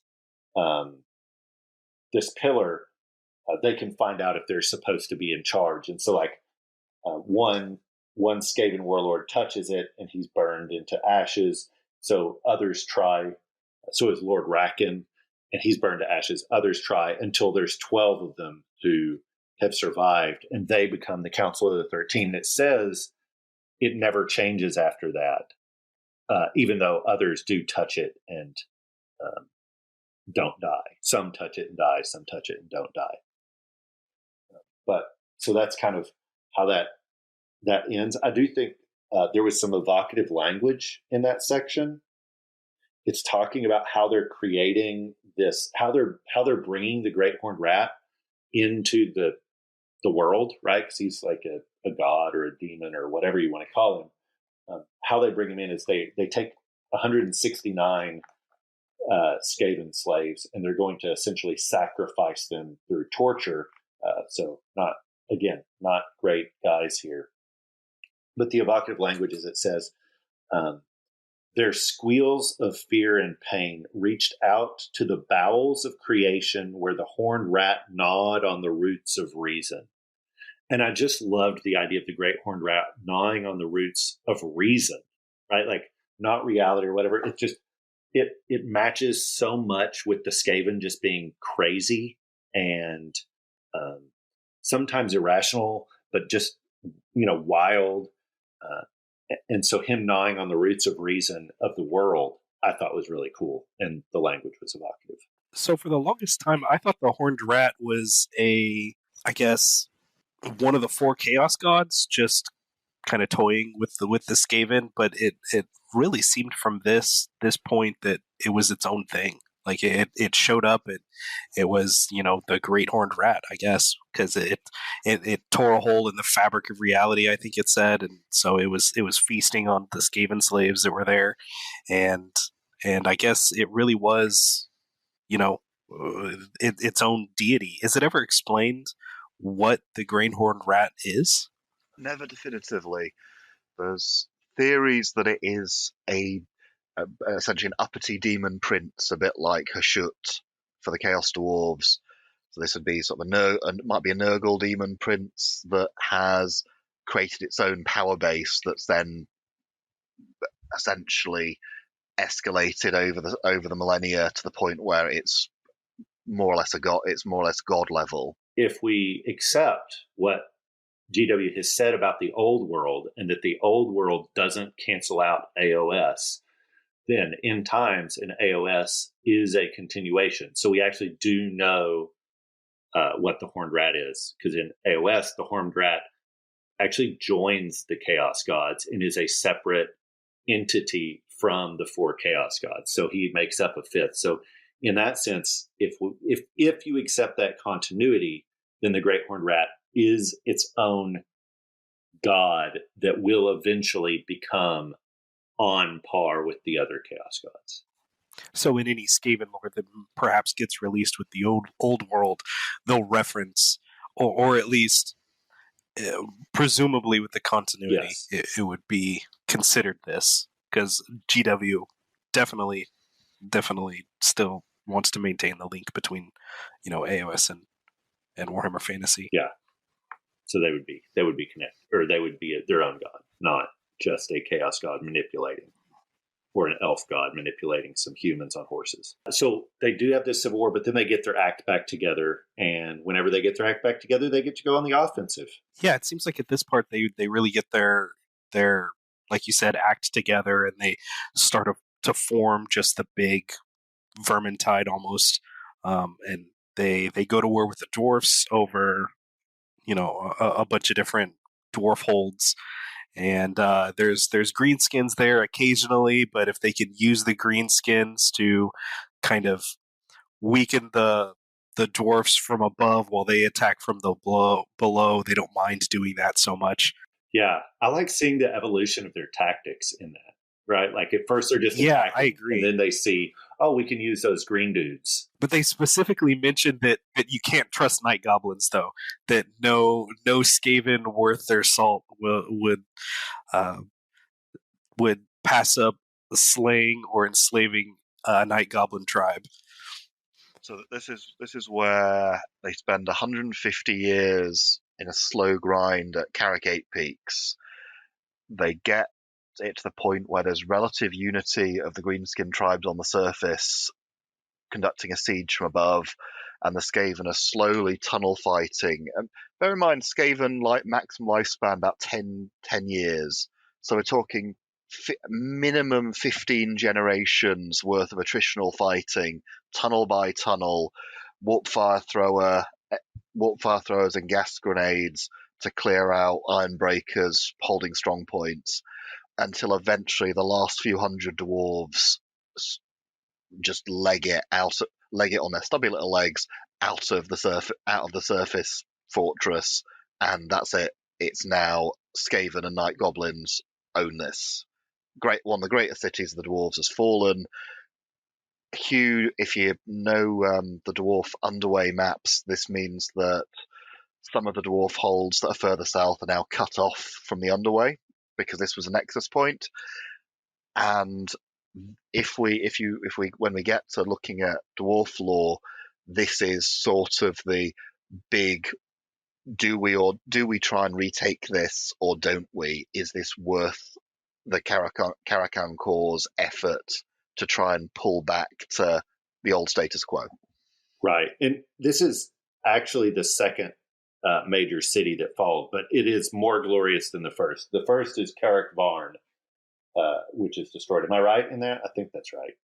I don't say that definitively. Yeah, so Carrick Varn is destroyed, and then they learn a lot in that battle, and then they go after Carrick Eight Peaks and develop it some more.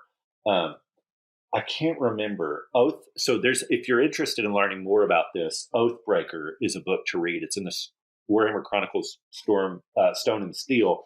I can't remember. Are they trying to take back Carrick Varn? Or I think that's trying to take back Carrick Varn is Oathbreaker. Is that right? I'm just double checking my dates because I can't remember if Carrick Varn fell as part of this section or not. While he's looking that up, one interesting thing about Carrick Eight Peaks is like the Vermin Lords come up with a 10-step plan for how they're going to defeat the dwarfs, and they know it's going to take a long, long time, but it will succeed if we follow it. And that's where they say, like, one of them is to get the Greenskins to attack, and it's where, as Brian said, they say, like, use the orcs, because they're pretty dumb, and you don't have to worry about them so much. But the gobos are too clever, right? So, like, watch out for those goblins. Too clever, those guys. I thought it was interesting that the Skaven refer to Carrick Eight Peaks as the City of Pillars. It touches on that a lot earlier in the book, but yeah, they have their own name for the place, right. And they don't even say, like, this is why they call it the City of Pillars, but you know why, right? Like, it just leaves it. Yeah. Oh, they would recognize, like, this dwarven architecture. I think it's important to point out for those following along at home that our timeline has been moving forward at a steady pace. But when we're talking about Carrick Eight Peaks and the Skaven fighting the dwarves and the goblins, this really goes all the way back to years before Sigmar. This goes back to, for example, Carrick Eight Peaks fell about 500 years before the time of Sigmar. So this kind of is telling a story of a long continued bitter war between the Skaven and the goblins and the dwarves. And it's not exactly after the time of the Red Plague or anything. We've jumped back quite a bit of ways. Yeah, that's a really good point. Where the Skaven are in their war with the dwarves at this time, I think, is the dwarves have actually tried to take it back, and Clan Moors, which is a very wealthy clan, warlord Queek Headtaker goes back to the City of Pillars to try to stop the dwarves from retaking it. It's also 2521 on the Imperial calendar is also when Grim Duraz, which is a Grey Mountain hold, falls to the Skaven. So yeah, as Mike said, this fighting happened a long time ago. Carrick Eight Peaks fell a long time ago, but they've continued to fight over it since then.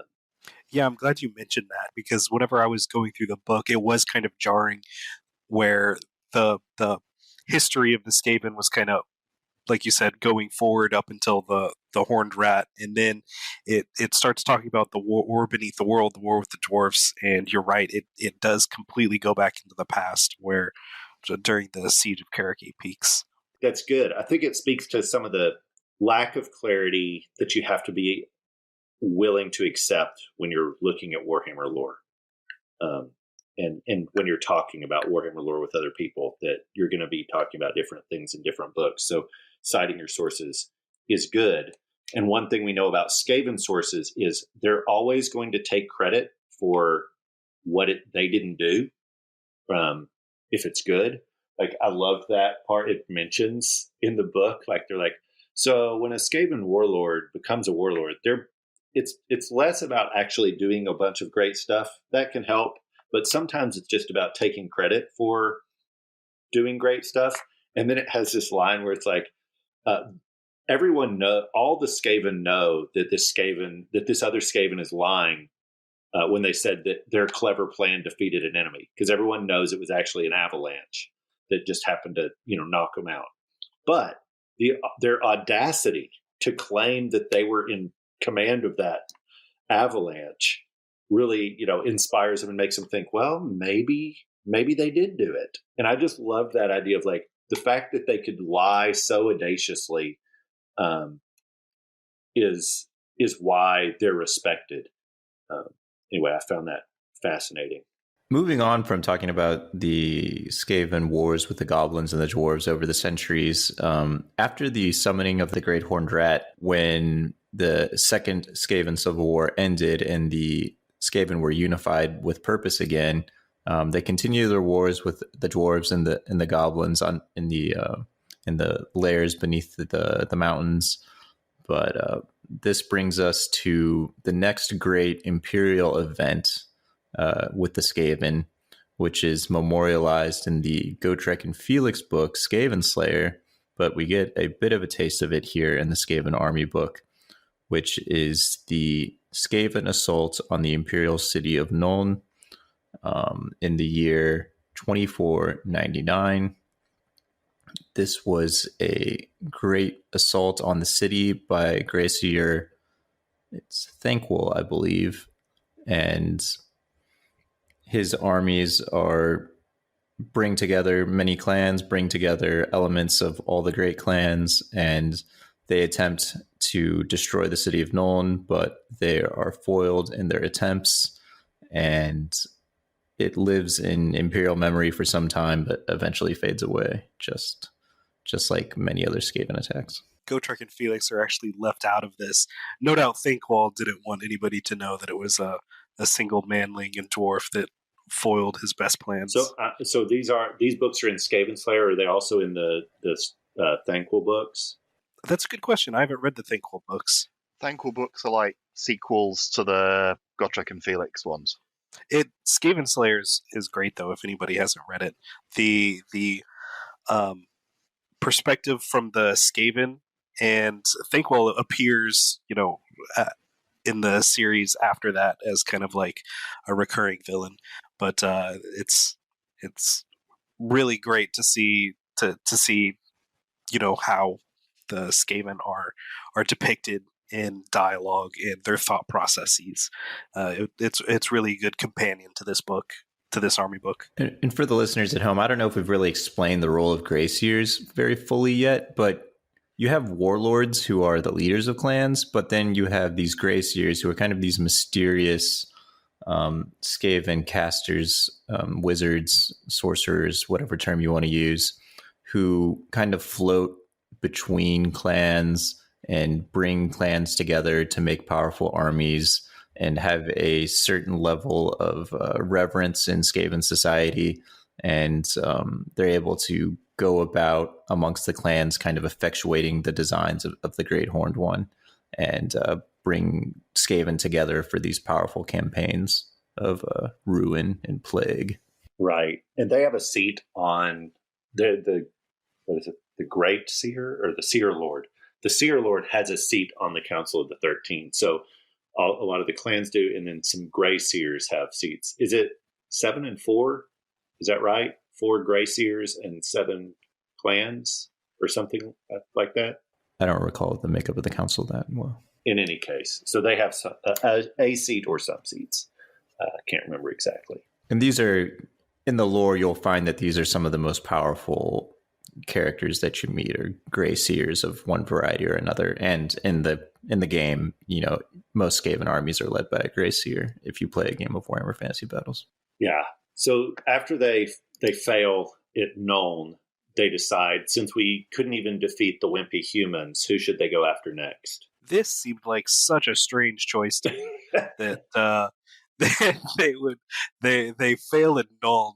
So, Thanquol goes off to do other things, but the next focus in the book is they decide to go all the way to Cathay to wage war on some little high elf island.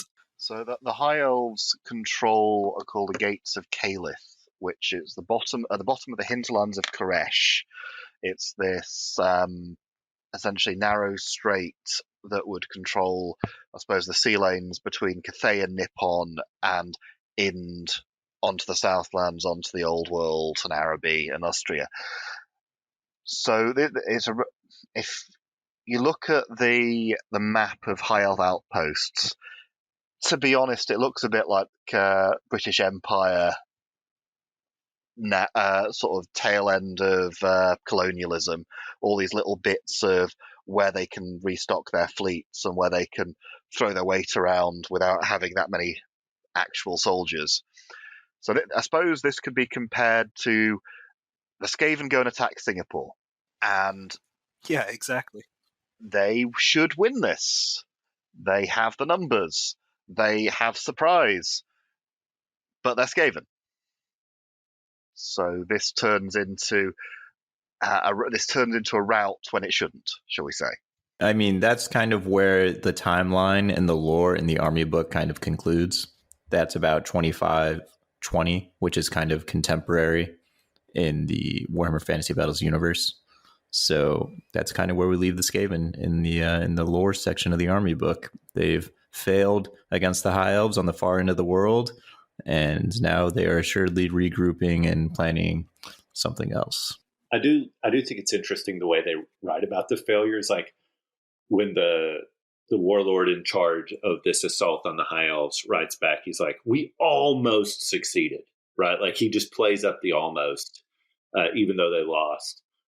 It was really close, guys. We almost had it. I did a really good job.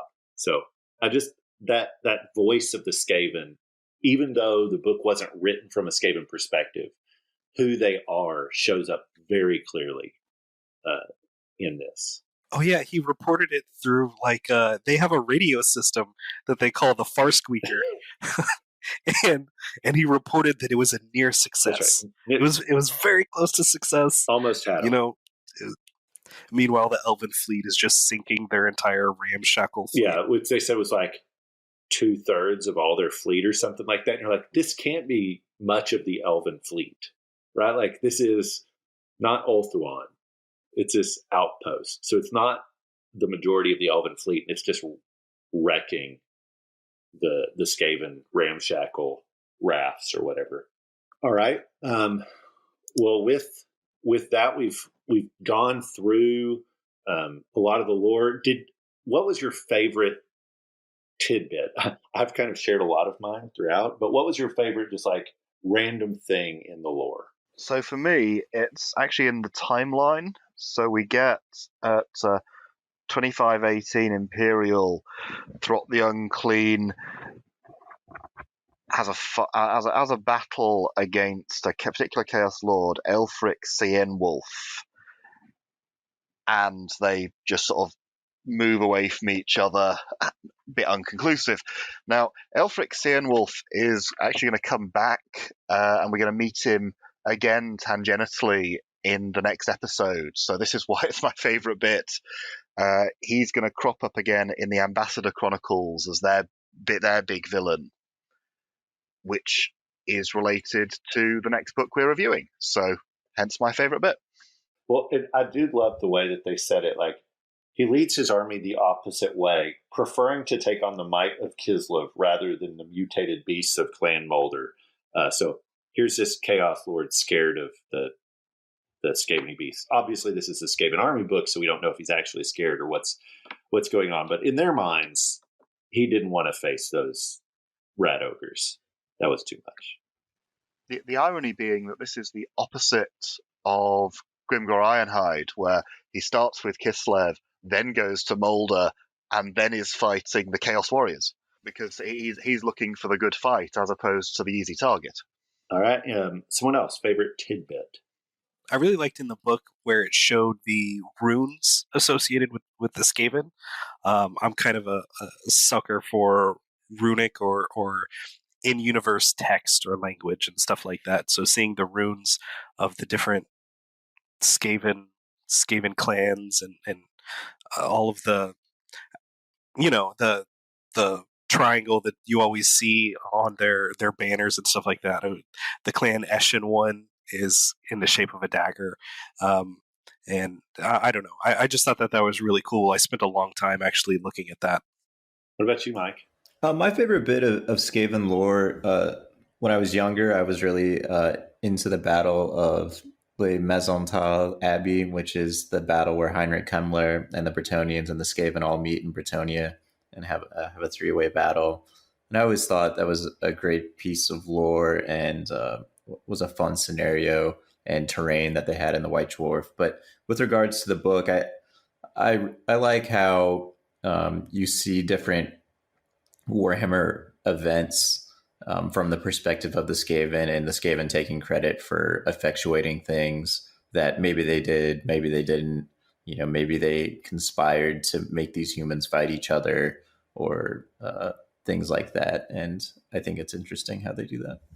There were so many cool things that I saw or that I liked. I guess one is the Scabicus Revolt. It's actually not in the lore section. It's actually in the Skaven slaves section when it gives the fluff on the Skaven slaves. But essentially, there's a slave revolt in Skaven Blight, and it's led by a Skaven slave called Scabicus. And they send a bunch of storm vermin to stop them, and they defeat the storm vermin. And so you're like, oh my goodness, this slave revolt's winning. And then the Council of the 13 says, hey, you can gain your freedom if you point out your leader. And, rather than, and so this play on Spartacus, rather than them all saying, I am Spartacus, they all, 10,000 of them, the Skaven slaves, immediately point to Scabicus and rat him out. And just say, he's the leader, he's the one, take him. And so the Graciers take him and cut him down and eat him. And then, of course, the pardon that they promised was forgotten. And, there was brutal retribution. So I thought that was really funny, very Skaven-y, and just, again, a great twisting of something cultural that we would all know of or be attached to. So I thought that was pretty cool.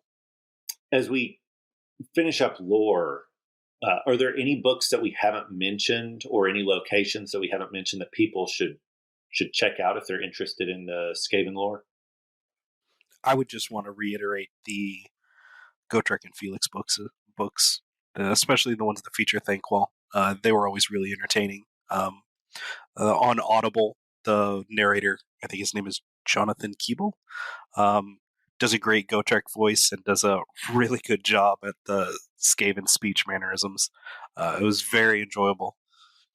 Okay, so far we've gotten the Gotrek and Felix, Oathbreaker from Stone and Steel, the Loathsome Ratmen and their, what is it called, Kerry? The Loathsome Ratmen and their... That's right.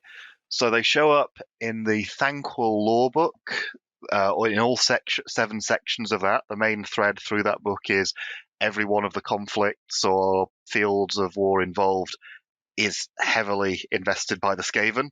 So it's Skaven versus Empire, Skaven versus Lizardmen, Skaven versus Dwarves, Skaven versus Empire again. You get a lot of Skaven. And for the companion piece to this is the novel The Rise of the Horned Rat. I have long pause because I've forgotten the name of the author. I think it was Guy Haley, but I can't remember off the top of my head. And so the companion novel to this is Rise of the Horned Rat. This is not yet on Audible. It is the next one due on Audible, and I keep checking their listings for when it's going to be coming out. I'm expecting it in the next 2-3 months, and very much looking forward to that.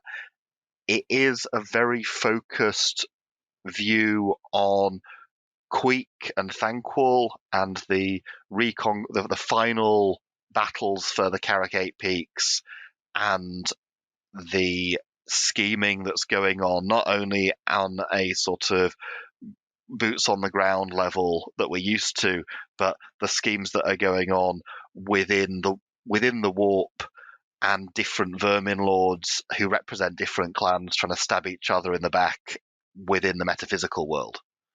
Which is a really cool theme of the Skaven, that it mentions, when we're talking about the council and how they function, that it's not just backbiting and stuff, but they know that if they try to assassinate someone or get someone sick or whatnot, that's not hidden enough, or that's not secret enough. So they actually try to manipulate worldwide events so that a clan leader on the Council of the 13 will align with them, right? So they might do massive battles against the dwarves or the orcs or humans so that they can gain a little bit of power within the council, which is pretty cool. And then you're pointing out that they also do so in the metaphysical world, which is also pretty fun. So then the last book that I mentioned, or short story, is The Unlimited Archpostulant of Clan Morbidus by David Geimer. And that's AOS, but again, there's nothing in it that wouldn't just transfer over to fantasy perfectly to give you an idea of who the Skaven are. All right. Based on this, and we haven't talked about each of the units yet, but if you had a unit that was cool just based on its lore, what would that unit be? Probably the Hell Pit Abomination. I just like the idea that this is an amorphous mass of flesh that hasn't necessarily been an experiment gone right, but they've decided that it's got military potential, and they're now going to flog it to the highest bidder. Wish it had more customizability, though. Yeah, and the model, we'll talk about models, but the model is great and disgusting. What about you, Brian? What's your favorite lore model? I'm really partial to the assassins, actually. It seems like they, whenever I think of a Skaven, I always go back to that Deathmaster snaked model. And so the aesthetic for Skaven assassins is really, really cool to me. And that's just compounded now that I know this new lore about, the Emperor Mandred, basically saved the Empire during the Black Plague, but not even he was able to survive an encounter with an assassin. Yeah, very cool. What about you, Mike? Yeah, I like a couple. I like Plague Sensor Bearers just from the standpoint that they're kind of the most realized version of the Clan Pestilence. They're kind of the most Clan Pestilence you can get, and they're the most pestilential. Yeah, the Plague Sensor. I mean, they've got cool rules. Their lore is cool. I really like the Plague Sensor kind of aspect to them. And also, I've always loved the Screaming Bell from the first time I saw Skaven back in the day. I think any Skaven army should include a bell just because rule of cool. I think it's striking and kind of is quintessential Skaven. You've got the bell, which is just the foundation story and the symbolism and everything you've got going on with that. And it might not be the greatest thing in the world on the tabletop, but I think it's really awesome. Yeah, and so for me, I love Stormvermin, as you will discover as we talk more about this stuff. But I like Stormvermin, and with them, I also like the Screaming Bell. And one thing that I loved about the lore of the Screaming Bell was it mentions that they may perhaps take part of the tower from Skaven Blight, and they might use part of it on every single Screaming Bell. So it could be a part of the masonry makes up, what holds up the bell, or a bit of bronze or whatever. But part of the tower from Skaven Blight, at least possibly part of the tower from Skaven Blight, is in every single Screaming Bell. And I just like just one of those little additions that makes the lore cool. We haven't talked a lot about the pictures yet. But, looking through this book, looking through the artwork, I didn't feel like it was as powerful as the Bretonnian book, but from what you saw, which model is aesthetically your favorite? This is asking about artwork or models? Model. Okay, so my favorite model is probably the Doom Wheel. I think it kind of goes to that steampunk aesthetic that I like, and it's really unique and interesting and has a blend of technology, and it's like, obviously it kind of resembles a hamster wheel and they're rats, so that's kind of funny and interesting. And it's powered by, what is it, like a couple 2d6 worth of rats. So yeah. And so here's a real question for Mike. I know that you bought some of the monkey looking Skaven not too long ago. You bought a box of them rather than the new ones. With the Doom Wheel, will you be using the old metal Doom Wheel or the plastic Doom Wheel? That's a good question. I haven't thought about it. I really like the old Screaming Bell, so I know I'm going to use the 6th edition Screaming Bell. But the Doom Wheel does have a long tradition in the Skaven line, going pretty far back. So I'll have to take a look at all the options there. I'm going to go ahead and claim the Queek Head Taker model. I think it's just so cool, with the spikes coming out of the back with the I don't even know what's on the back. It looks like a big rat skeleton almost. But the pose is great. The paint job in the book is great, and he looks pretty fierce. He looks like he would make a good army warlord, not just himself Queek Head Taker.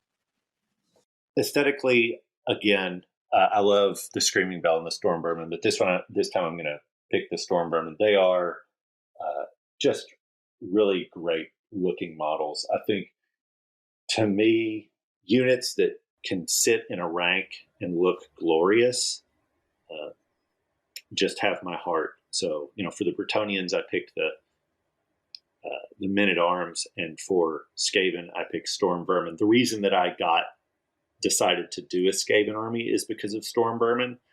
Just ranks of halberdiers with armor. They just look amazing.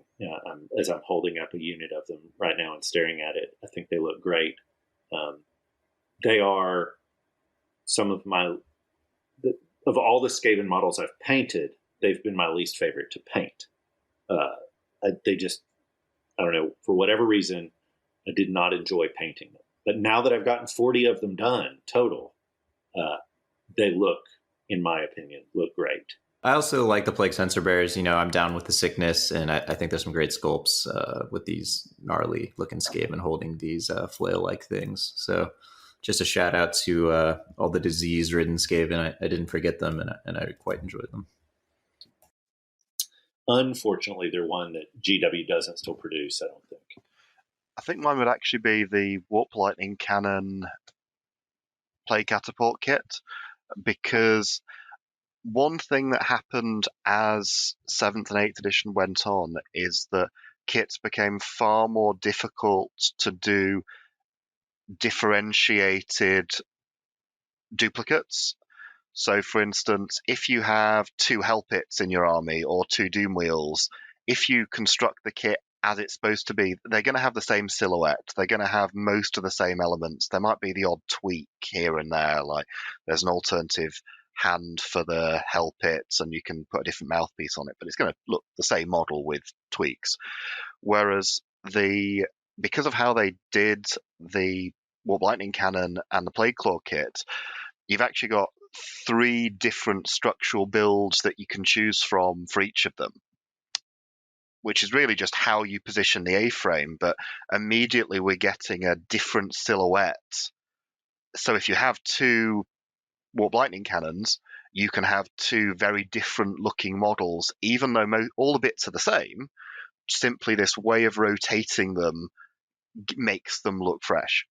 Mm-hmm. It should also be noted that with a little bit of creativity, you can magnetize the Warp Lightning Cannon and Plague Claw Catapult, and you could use it as either. You'd have to rearrange a few things, but I've done it. And the same thing goes for the Screaming Bell and the what's it called? What is the mold? The pestilence? The Plague Furnace. Thank you. The same thing goes for the Screaming Bell and the Plague Furnace. That one's much easier. You don't even really have to get that creative. If you use enough magnets, you can very easily magnetize that one where it can be either one. All right. So unlike with Bretonnians where 2 of us had played, or I'm sorry, where 3 of us had played Bretonnians before, for Skaven, I've played all of one game. Now, I've played against Skaven a good number of times, but I've played all of one game. Kerry has played some Skaven and played against some Skaven, but we may not have as much experience, but we can still take you through the units on this for this army. So let's start out with this. What defines Skaven on the tabletop? Bodies on the table. Dead or alive? transformed from your opponent's units. Ooh, can even transform them. Ooh, look forward to hearing about that. Who else? Can anyone else? What's that? Columns. So Skaven are one of the armies that really benefits from putting their units 5 wide and as deep as they can afford. So if you look at a Skaven army, if you look at a competitive army on the tabletop, you are going to see columns. Yeah, the core of a good Skaven army in 8th edition is some sort of combination of magic with a Grey Seer, Skaven blocks with lots of bodies, and then some of these random movement units that we'll see, like the Doom Wheel, the Hellpit Abomination, and also the Warp Lightning Cannon is an excellent war machine. So that's going to be what they lean on. They don't have any access to flying. They don't have any access to cavalry. So they're looking at infantry, magic, some of these monsters, random movers, and their artillery. Yeah, there are a few armies that have significant flexibility. And even though they don't have flyers or cavalry, I do think Skaven have some flexibility with the types of armies that you can build. Yes, it's going to have numbers. You are going to rely on magic, but you still have choices in how you want to play. And they have, they have a massive FAQ, frequently asked questions document. They play weird. Everything is an exception. So one thing that defines this army on the tabletop is they've got a rule for that, because they always will. And that leads us to what are the units. So let's start off with combat characters. So if we start off with characters, just like most armies are going to have a basic lord level character and hero level character. They have warlords. They have chieftains. So warlords are, fairly decentish types of, characters. They have a decent number of attacks. They have a high initiative. That's something you're going to see on Skaven is high initiative, and high movement. They're movement 5, but their strength and their toughness are going to be fairly humanish, and that's going to be true of the warlords and the chieftains. But one thing that does set them apart is they do have some special rules that apply to their warlords and their chieftains, and to all their characters. But the special rules that apply for them in particular is Verminous Valor. And Verminous Valor means basically that they don't have to accept challenges, or when they refuse a challenge. So if they can refuse a challenge, when they do, you can still use their leadership and you can still use their BSB, even when they're removed to the back. So in other words, even though we know in Warhammer, a lot of times it's tactically wise to refuse a challenge and run to the back, with Skaven, it's also fluffy. And I think that's pretty cool for them. So you don't always see a warlord as general. Usually you'll see a Grey Seer or something as general because they have the same leadership. But a warlord can go on a bone breaker. So you'll sometimes see that because that gives him an extra toughness. So he'll be riding a rat ogre as a mount.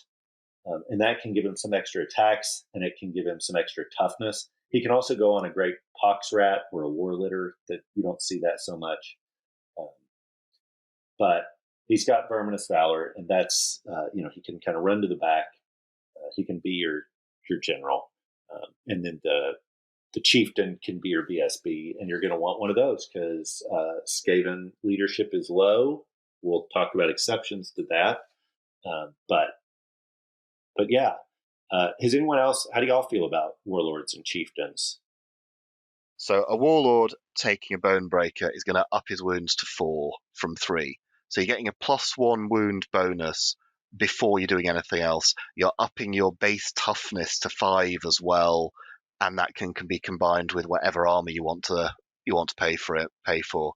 So you are putting yourself as vulnerable to getting sniped, but you can probably tank it. unless you go in a Rat Ogre unit, in which case they can take it for you. And honestly, Skaven are going to have a lot of other stuff they're going to want to snipe because, you've got great war machines, you've got the Hell Pit, you've got Doom Wheels. They can go after that, Rat Ogre and Warlord, but I mean, that's 155 points. And then even if you take 100 points of magic, it's 255 points, and they're trying to snipe it. And it's pretty tough. It's probably got a ward save if you gave it one with the 100 points. So, I mean, they might have some targets that are better. So there's some survivability there as well.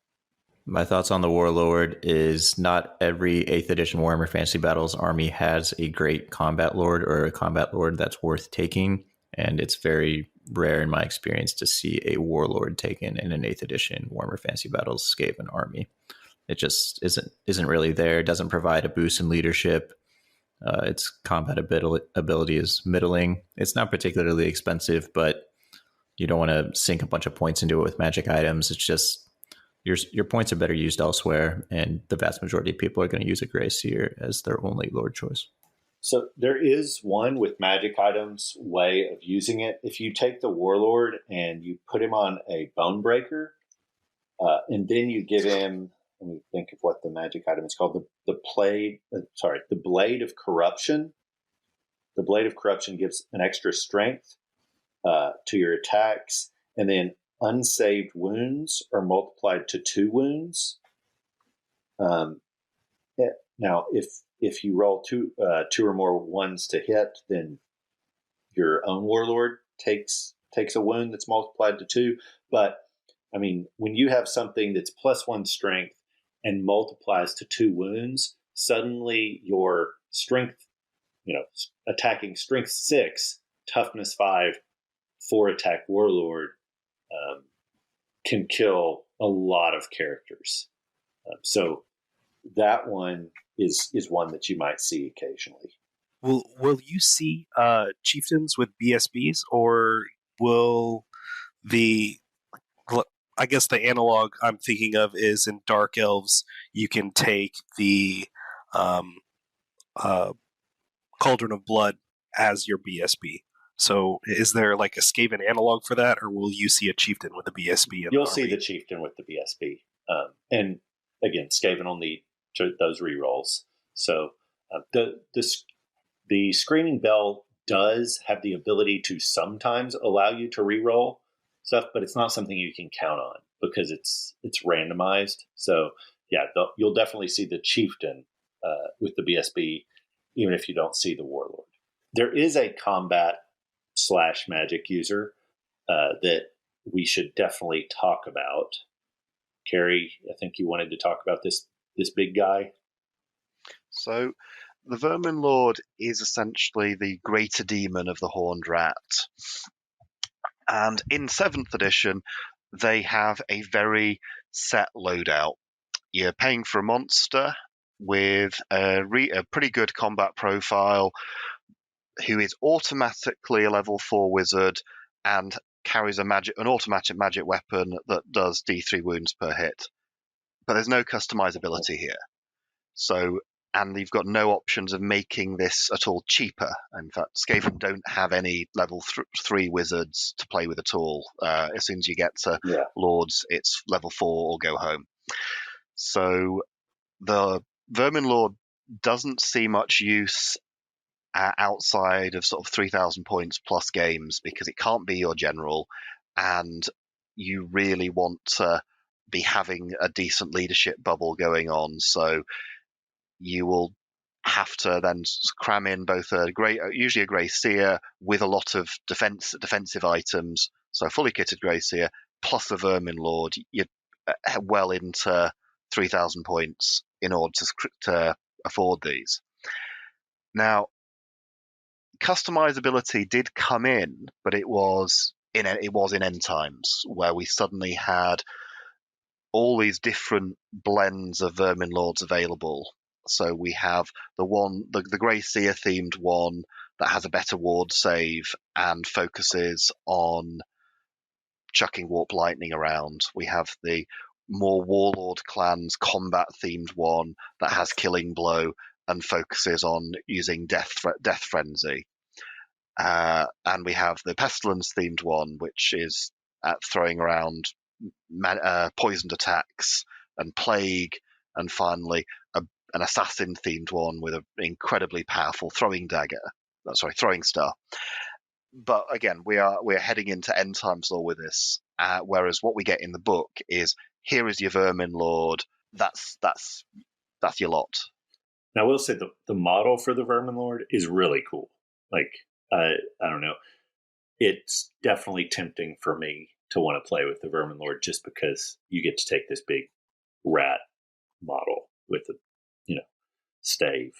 So it's pretty awesome. I have to ask, do you mean the one that we see in this book, or do you mean the updated vermin lord? I'm not Mike, so it's the one that came out with End Times, the big plastic one, not that tiny, weird-looking, tiny plastic or metal one. See, I have to use the tiny little metal one because of relative scale.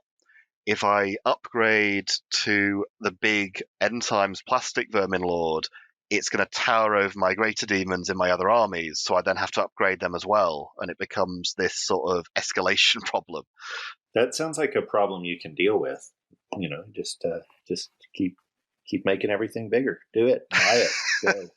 You upgrade the vermin lord, and then you upgrade Be'lakor. Then all 4 great demons, then the avatar. That's right. Just keep going. So the vermin lord is a level 4, and there are some magic users. And what's pretty cool about the magic users in this book is that they are kind of clan specific to some degree. You have Grey Seers, which are not associated with any clan. As we've said, they're kind of their own thing. They're automatically level 4, and you can take them with something called the Screaming Bell. The Grey Seers have access to either the spells of ruin or the spells of plague. All right, so the Grey Seers can take any of the 2 lores of Skaven magic, which are the spells of ruin and the spells of plague. But because this is a 7th ed book, they don't have a I just lost the name of it. What's that type of spell called? That thing. Well, they don't have a lore attribute, and they do not have a signature spell. And because they don't have a lore attribute and a signature spell, things get a little bit wonky. But they do kind of, because the Grey Seer can always take a spell called Skitterleap, which is their level 1 spell. And they can always take the dreaded 13th spell, which is this random extra spell that the book gives to either type of magic users. And then a Grey Seer, and I think this is right, I don't think it changed with the FAQ. Do they have to select just one of the lores, or can they select a certain number of spells from either? Because I think in 7th they could just pick from either. Any help on that? Yeah. I think you just have to say how many from each and then roll for it, which, because you're rolling, you should probably pick from the same one, but you can pick from either. So that's the Grey Seers level 4. They also have some special dice. What were you going to say, Kerry? Well, there's pluses and minuses of how you split your spells, because if you say you did 2 on each, you've got more versatility, but you've got less chance of getting those crucial doubles that let you pick which one you want. Absolutely. Yeah. So that's what I was saying with, you usually want to pick from the same, but you do have less versatility. They do have access to something called Warpstone tokens. So they roll a D3 at the beginning of the game, and that's how many Warpstone tokens they have. A Warpstone token is essentially an extra die that they can spend when casting a spell. So they can roll their 6 dice and then actually roll a 7th if they choose to do so. They have that. They can get on a Screaming Bell. The Screaming Bell gives them a ward save of a 4+ for them and the bell. It makes whatever unit it's in, or I'm sorry, if it's in Storm Vermin, or does it make all units? I think it makes all units unbreakable. whatever it's in, is whatever unit it is in becomes unbreakable. The Gray Seer gets a 6-up armor save. It's pushed into battle, and then and we won't go into all of the stuff with it, but it rings the bell every turn, and you roll 1 die in turn 1, and then you can roll 1 to 3 die in every other turn. And depending on what is rolled, you can get special stuff. The bell can move the unit forward. The Gray Seer can cast the Scorch spell. It can hurt models with toughness 7 throughout the whole battlefield. Units can get extra attacks. So it does a bunch of randomized crazy stuff that you can't count on, but is generally good for you. But if you get doubles, you start killing stuff in the unit. And if you get triples, you kill stuff in the unit, and then the Screaming Bell and the Gray Seer take wounds. So it's kind of fun. As Mike said, it's very iconic. I definitely take it in my army just because it's really cool. So that's Gray Seers. Does anyone want to explain Plague Priests? So Plague Priests are one of your options for level 2 casters. They're interesting in that their combat stats are actually pretty good. If you're used to wizards in other factions, you're used to having 2 wounds, toughness 3, 1 attack. Really, you want to be hiding in a bunker and avoiding combat at all times. Plague Priests sort of break that mold a bit. We're on 3 attacks base at strength 4 with frenzy. You've got access to additional hand weapon, flail, or plague sensor, which we'll talk more about when we get to sensor bearers. You can ride around on the alternate build for the Screaming Bell, which is the Plague Furnace, which is more combat orientated. It's going to have this aura effect of everything it touches has a chance of taking damage. It's crewed by Plague Monks, so you've got sort of 6 extra attacks off that. But most importantly, you've got this wrecking attack in combat where you use the sensor itself, so a giant wrecking ball, and do additional hits that way that it can go wrong and start doing damage to the furnace itself. And it can also use this Army's Project player a lot of the time here.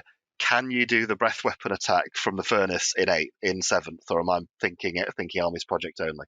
No, you can. You can do the breath weapon attack out the front. Brilliant. And you've also got the option of throwing out a breath weapon template as well.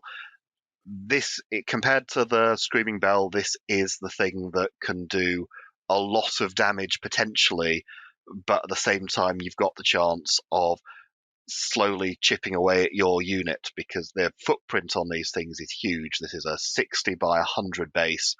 You're inevitably going to be touching more of your own models than you can possibly touch of the enemy.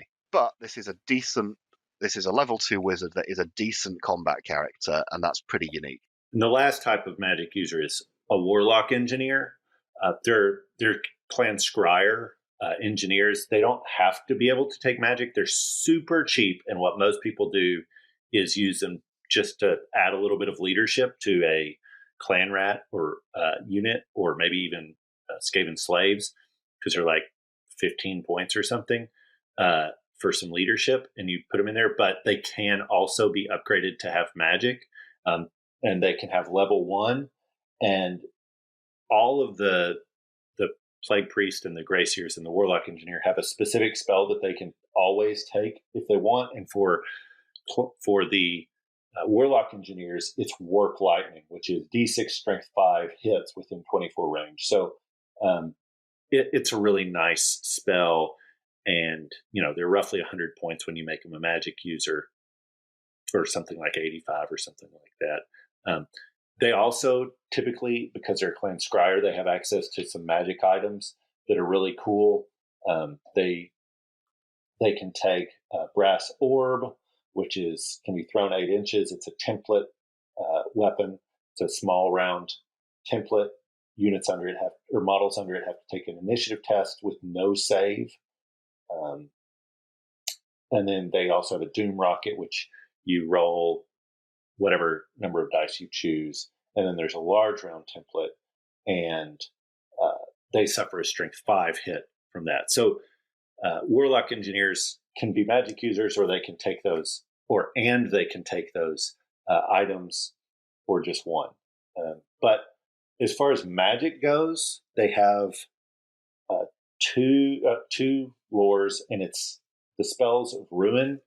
Does anyone have a spell that they think is pretty cool in the lore of Ruin that they talk about? Howling Warp Gale and the possibility of stacking it with the magic item, the Storm Banner, simply to shut down regular ballistic skill shooting for a section of the table for a limited time. You can get to the point where you're sort of at a -3 penalty to hit before any other modifiers. And so if you are fighting, say, Wood Elves who are going heavy on the Hagbane tips, this can completely halt their ability to do damage to you at range until you get to them. If you're playing Tomb Kings, they will ignore you. They will ignore you. As will True Flight Arrow Wood Elves. Yes, which is a good reason to take those, but that's for another army book. So another one is Death Frenzy. It casts on a 9, and it adds Frenzy. But if you already have Frenzy, as do Plague Monks, you can get an extra attack. So a total of +2. So you'd have your regular attacks +2. So it's just a way of really ramping up the damage that your units can do. Mike or Brian, do you all have one? The spells of Ruin they're all pretty solid. Warp Lightning, Howling Gale, Scorch, Death Frenzy, Skitter Leap. Skitter Leap's great. Very Skaven-y. If you get stuck in a bad spot, you can just, peace out with your Grey Seer or another character. So it's kind of fluffy. Yeah, I don't particularly know any of the magic usage in actual, practical usage. Skitter Leap jumped out towards me. Death Frenzy, and then Scorch. I was wondering how that would play out. How Scorch works.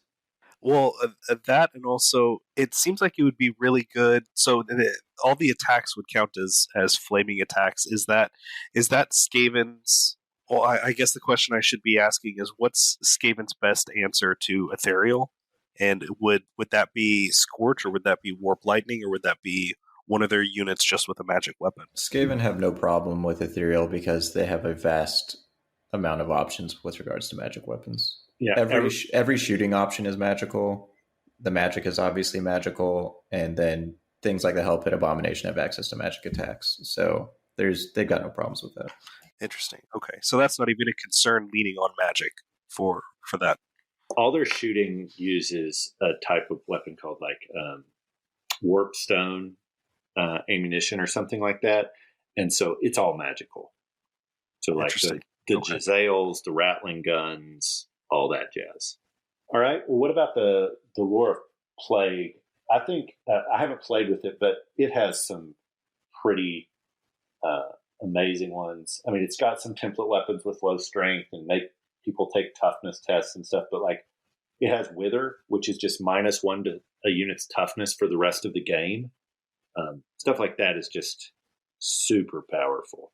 Yeah, Wither's super powerful. Plague is powerful, and the Dreaded 13th is, one of the more famous, powerful spells in the game. Yeah, can you tell us about what Plague does? Yeah, each model in the unit takes a toughness test, even if the unit is engaged in close combat, and no armor save. No armor save. No. And then it can actually jump on a 5 to 6 to new units. So it has a little bit of Brian's favorite mechanic of when he plays Foot of Gork. So it's got a little bit of that to it. Not quite as good Footy. Odds of continuing to go, but still pretty dangerous. Mm-hmm. So Plague has that. Anyone else have a spell that they want to mention? I really liked the Dreaded 13th. It harkens back to the Doom of Kavzar.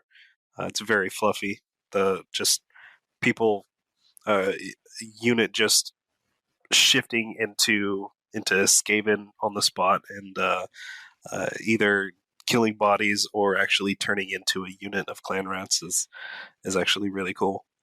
I've never had it used against me, so I'm sure it's maddening having it used against you. But yeah, it's a pretty crazy spell. It's 4d6 models turn into clan rats if it's successfully cast. So Only if infantry, though. Only infantry, yep. So you can't turn someone's Bretonnians into rats. it's cast on a 25, so it's basically going to be irresistible force. I take it. Yes, this is something where someone's using their warpstone tokens and they're rolling 6 dice plus 1 and going all out. It's really, really good against MSU, so multiple small units.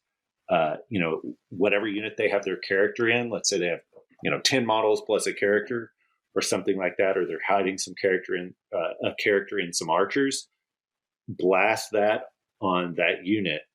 Because with 4d6, your odds are that you're going to get 13 and a half. And so, I'm sorry, 13. And so you should be good to rock their world and turn them all into rats. And then they turn into a unit of rats if you destroy all of them. If you don't, they still lose 4d6. Yeah, it's the most powerful against expensive infantry units like Phoenix Guard or White Lions or Warriors of Chaos or something, where they're generally going to be a lower model count because they're expensive and elite.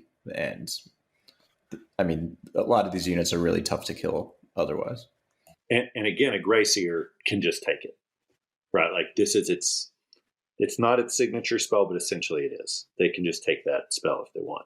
See, from my experience, the most effective army to take it against is dwarves because they only have infantry. They're expensive in their points per model, so you generally see smaller units. And what you can do is send units into combat to whittle their units down, and then after your disposable Skaven have potentially been wiped out or broken and fled, you then change the surviving dwarves into clan rats who then continue the advance. Right. And as Mike said, when you do that to their characters, it's absolutely demoralizing when your level 4 or your general or your BSB is turned into a rat.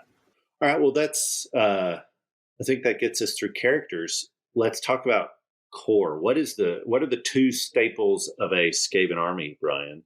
Yeah, I actually had this question before the podcast started, but so it seems like that the big columns of Skaven you'll see is either Skaven slaves or clan rats, and I was kind of curious what everybody thought was the better of the two, and which one you would use in which situation, because I assume Storm Vermin, the BSB, would probably sit in with the Storm Vermin or something like that, but maybe not. But the clan rats are obviously the stronger in combat version of the Skaven slaves, unless you want to consider the Skaven slaves fleeing and then just dealing a bunch of hits. Well, I say a bunch of hits, but a couple hits whenever they leave combat. But what's everybody's thoughts on the situations to use Skaven slaves versus clan rats, or vice versa? If I could just add one thing about the rules for Skaven slaves and clan rats, is that they all have a rule that's important for understanding their leadership. They have something called strength in numbers, which means that they add 1 leadership per rank bonus that they have. So if they have 3 ranks for rank bonus and their leadership of their general and they're within range is 7, then they actually have leadership 10. Now, this can be disrupted any way that you can get rid of rank bonus by like them being in a forest or being disrupted, then you can get rid of it. But it means that Skaven have low leadership, but can actually have very high leadership in their large ranked units. The other special rule they have is scurry away.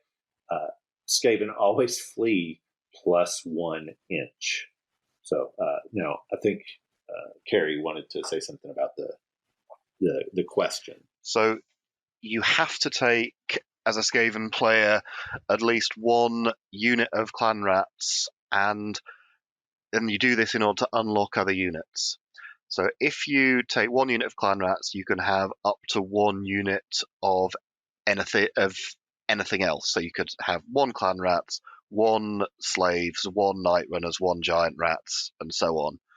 And so this really is a core mechanic of army construction. You can't skip out on the clan rats. So everyone has to have them. But in terms of army composition using slaves, best use I've seen for them competitively is large columns of them to get that rank bonus as high as possible, ideally within the general's leadership bubble, Grey Seer for preference. Failing that, you can have one of these 15-point disposable Warlock Engineers in the slaves to boost their leadership that way. And these columns, 5 wide, potentially 8 to 10 deep, are there to anchor your flanks. Because of how the steadfast rule works, you are going to try and use these to intercept the enemy heavy hitters coming around the sides, and they're just going to hold them in place indefinitely. It's very gamemanship and makes the game rather less fun for your opponent, but this is the optimized way of using slaves. The fun way of using slaves is you use them as per law and you chuck them in en masse at the enemy front line, trying to chip away a few casualties here and there. And that's the way that I've had them used against me for the most part, because it's more thematic. And when they overperform, my regular Skaven opponent will declare that they are hero rats and that they'll all be promoted to actually having some rights and maybe be fed this time. He has great fun in generaling in character. Yeah, and to answer the question specifically, yeah, Skaven slaves are probably a better choice. Clan rats may be better at fighting, but that's not why you have them. They're bad. And so Skaven slaves are, generally what you're going to take if you can, outside of, rules that require you to take clan rats. So it sounds like Skaven slaves fulfill the role better, but clan rats are required as some sort of tax to unlock other more important blocks. Right. And also clan rats are a weapons team delivery system. That is true. They also have weapons teams. So you might not love the clan rats and think they're a great unit, but if you want access to a rattling gun or you want access to a warp fire thrower, which are fairly good unit selections, you need to take some clan rats. For context, we're saying clan rats aren't any good, but if we compare them to sort of standard Empire State Troop, we have higher movement and higher initiative, and access to reasonable weapon, standard infantry weapon loadouts. They're not bad; they're just not as good as other things that Skaven can access. Right. They're just not as cheap as something that does the same job. So why don't we talk about? So there are some other choices for core. One of the choices for core is night runners. These are essentially your Eshony clan rats. They have dodge, so they have like a 6-up save. They can have slings, so they can shoot. They can also have warp grinders. They can shoot. They have throwing stars.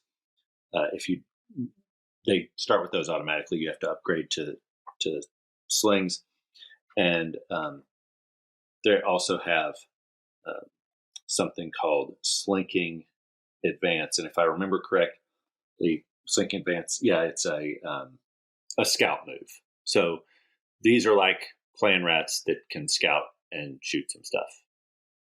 We also talked a little bit about the weapon teams, and this is something that I love, and it makes me sad that I can't get more into my list. I actually had a unit of 40 clan rats because you should run them in large units, but I split them into 2 units of 20, even though you shouldn't do that, just because I wanted more of the weapons team, because I think the weapons teams are cool. You've got a warp fire thrower, and these are all scryer weapons. The warp fire thrower does strength 5 attacks. It is an artillery die. You put down your template, your flame template, and then it goes artillery dice forward and does strength 5 D3 damage, and it's -2 to the armor save. So it's really, really good at taking out big blocks if you can get that flame template on them. You also have the poison wind mortar, which can fire 6 to 24 inches, and it's got the small round template, and it does. I think they just die on a 4 up. Then my 2 favorite, the Doom Flayer, which is like a mini Doom wheel, and it just has impact hits, and it's strength 4, and they come in, they do impact hits. It's -2 armor piercing, so it's -3 to your armor, and it's just essentially just this wheel with knives on it that a Skaven rat is riding. And then the creme de la creme is the Rattling gun. For the Rattling gun, you roll a D6, and whatever that rolls, that's how many shots you get, but you can choose to roll it another D6, and that will add that number of shots, and you can continue doing that as long as you want. But if you get doubles, then you misfire. So you have to kind of manage that. And it is strength 4 and -3 to the armor save. So Mike might have some nightmares regarding me never misfiring with my Rattling gun and always getting like 10 to 14 shots with it. And it's a lot of fun, and it can stand and shoot. So a rat shooting a Gatling gun. And then, of course, if you do misfire, you might just turn in a random direction and shoot that way, which is also fun. Sure. All right. And Kerry, can you tell us about giant rats?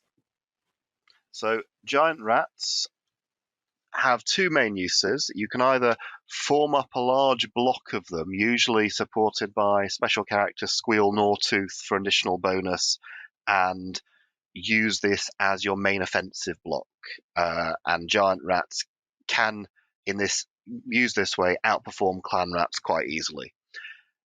That isn't how you normally see them used, however. How you normally see them used is bare minimum 5 giant rats plus Packmaster, and these are incredibly cheap diversion, distraction, and just blocking units. The colloquial term is rat darts. If you're being particularly vicious and following the letter of the rules, not the spirit, you position these in a column, front end on to the enemy, so they are forced to charge you, bounce off in a direction they don't want to go, and ideally, because they've only been facing a single giant rat, the unit may survive to then potentially rally in the future or just get in the way in the future and continue to be irritating. So, rat darts. Don't do it, but if you run into them, you're prepared. Yeah, rat darts are fairly common, especially like 3 wide, because they can attack in 3 ranks. So, all right, let's move on to special. Mike, can you tell us about your pestilence special units? Yeah, we have, first up would be a pretty common sight in a lot of Skaven armies, which is a big unit of Plague Monks. Plague Monks have the advantage that they're toughness 4, so they're a little bit harder to kill than most Skaven. They have Frenzy, they have 2 hand weapons, so it's not uncommon to see a horde of Plague Monks, 3 attacks each for the guys in the front rank. You get your supporting attacks. And sometimes will be accompanied by a Plague Furnace, sometimes not. You get Death Frenzy on them as well. They get even more attacks. So they're not particularly strong, only strength 3, but they're tough to kill. They're tough to budge because they're Skaven, and they're probably going to be steadfast. And they're not a bad unit. You see them pretty commonly. Plague Sensor Bearers, you don't see it as commonly. They're a bit expensive. They're 16 points each. They skirmish. They're kind of a supporting unit for Plague Monks. Their best claims to fame or ability is they have a special rule, which means if you're in contact or base contact with a Plague Monk or a Plague Sensor Bearer, during close combat, you have to take a toughness test, and if you fail your toughness test, then you just die with no armor save allowed. So this is going to be effective against heavily armored units, human knights, elf knights, things like that.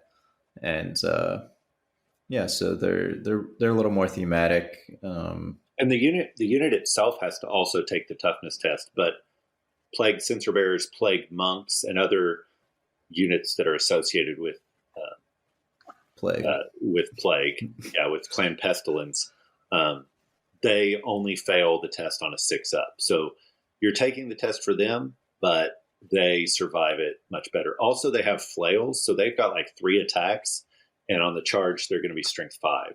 Yeah, in the first round of combat. So, they can do some damage in addition to just making you take toughness tests. Kerry, you want to tell us about some others? So next we have Gutter Runners. We've gone a step up from Night Runners. We're now skirmishing. We're now getting access to poison and slings, leading to another notorious combination whereby your ballistic skill 4 Gutter Runners will be multi-shotting their slings and have basically turned themselves into skinks. We're multi-shotting with poison from an irritating skirmishing unit that's actually pretty good in combat with high initiative, additional hand weapons, poison in combat if you've taken that upgrade. So Gutter Runners are one of the more potent skirmishing units that you'll run into in the game, certainly for the points you're paying for them. And I think I actually said that the Night Runners have Scout. What they have is essentially the Vanguard rule. It's the Gutter Runners who have Scouts. That was my mistake. The Gutter Runners can also take nets, which make their opponents -1 strength, -1 toughness, but they give up an attack to do so. I'm sorry. Yeah, weapon skill and initiative, not strength and toughness. So they count as shield. So you are going to boost. So you are going to boost them up with a point of armor save. But because of how shields work in 8th, and the fact that this isn't, as far as I know, isn't covered in the FAQ, you aren't going to get a parry because they've already got a dodge. Correct. And those aren't. It isn't clarified that those two stack. So it's not like, say, Zeech Warriors of Chaos, where we can stack 2 ward saves. Right. So moving on to Rat Ogres, which are the Clan Moulder special unit. Now, Rat Ogres are toughness 4, have no armor. They, in terms of defense, they are essentially naked ogres. What they have is strength 5 and frenzy. And this means that compared to, and decent initiative, I should say. So strength 5, frenzy, decent initiative. If they get the drop on other monstrous infantry units, they will go through them like a hot knife through butter. They will tear regular ogres apart. They'll tear ironbreakers apart with their sort of strength 5, so -2 to armor saves, so straight through heavy armor. What they can't do is take a hit back very well. You've got frenzy, so you're immune to panic, but you are reliant on fighting proactively rather than defensively with Rat Ogres. Do their Packmasters in combat, does the enemy get to choose whether they hit the Ogre or the Packmaster, or do they have to randomize? That's an FAQ question, mate. Okay. Yeah, so I know for shooting, it'll be randomized, and the rats, the giant rats and the Rat Ogres have some special rules based on when their handlers die, because both the giant rats and the rat ogres are not very bright, and so they'll do their special thing when they lose that. They also have the strength in numbers rule, and can use their breeders, their guides' leadership rather than stuff like that. If they have a master molder with them. So Jezzails are one of the highest strength normal shooting units in the game, if not the highest. So what you're getting is strength 6 shots with a significant armor penetrating bonus. What you're not getting is volume of shots. You're getting very long, because what we're talking about is essentially a large 2-man sniper rifle team that is firing from across the board. So you are paying for these shots. You need to have good targets. If you are playing Battonians, brilliant. They will make their points back. If you're playing Night Goblins, you won't. It's as simple as that. And they have the strength in numbers rule. So within 8th rules, you can deploy them 2 ranks deep and have additional point of leadership to defend you from panic. What you do see is people taking much larger units sometimes and deploying them quite deep, so they have very good resilience to panic, but you're wasting these shots. And you'll see this in like really large games, sort of 5,000 points up, where what they want is that panic resilience, because once you get into these huge games where you might be on a table that's 8x6 or something, that general's leadership bubble just ain't going to be there. And what you need is every unit to be panic resilient. And finally, going to come to, for the last special unit, we're going to come to Poisoned Wind Globadiers. So we're still on Clan Scryer, we're skirmishing, and what they have is very short range throwing weapons that automatically wound on a 4-up. Now, again, depending on the targets that are available, this can either be amazing or it can be a complete damp squib.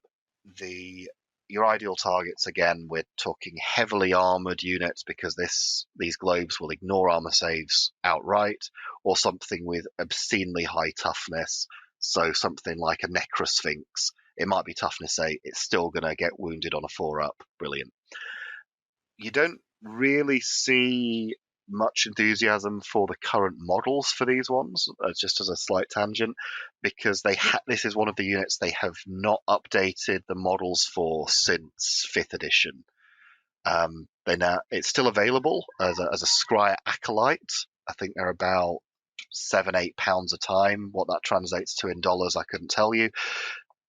Doing this unit with official Games Workshop models at this time will be obscenely expensive for a product that is pretty dated. So I would recommend third party for your Globadier needs. And that's why I have 6 of them sitting on my desk in front of me right now.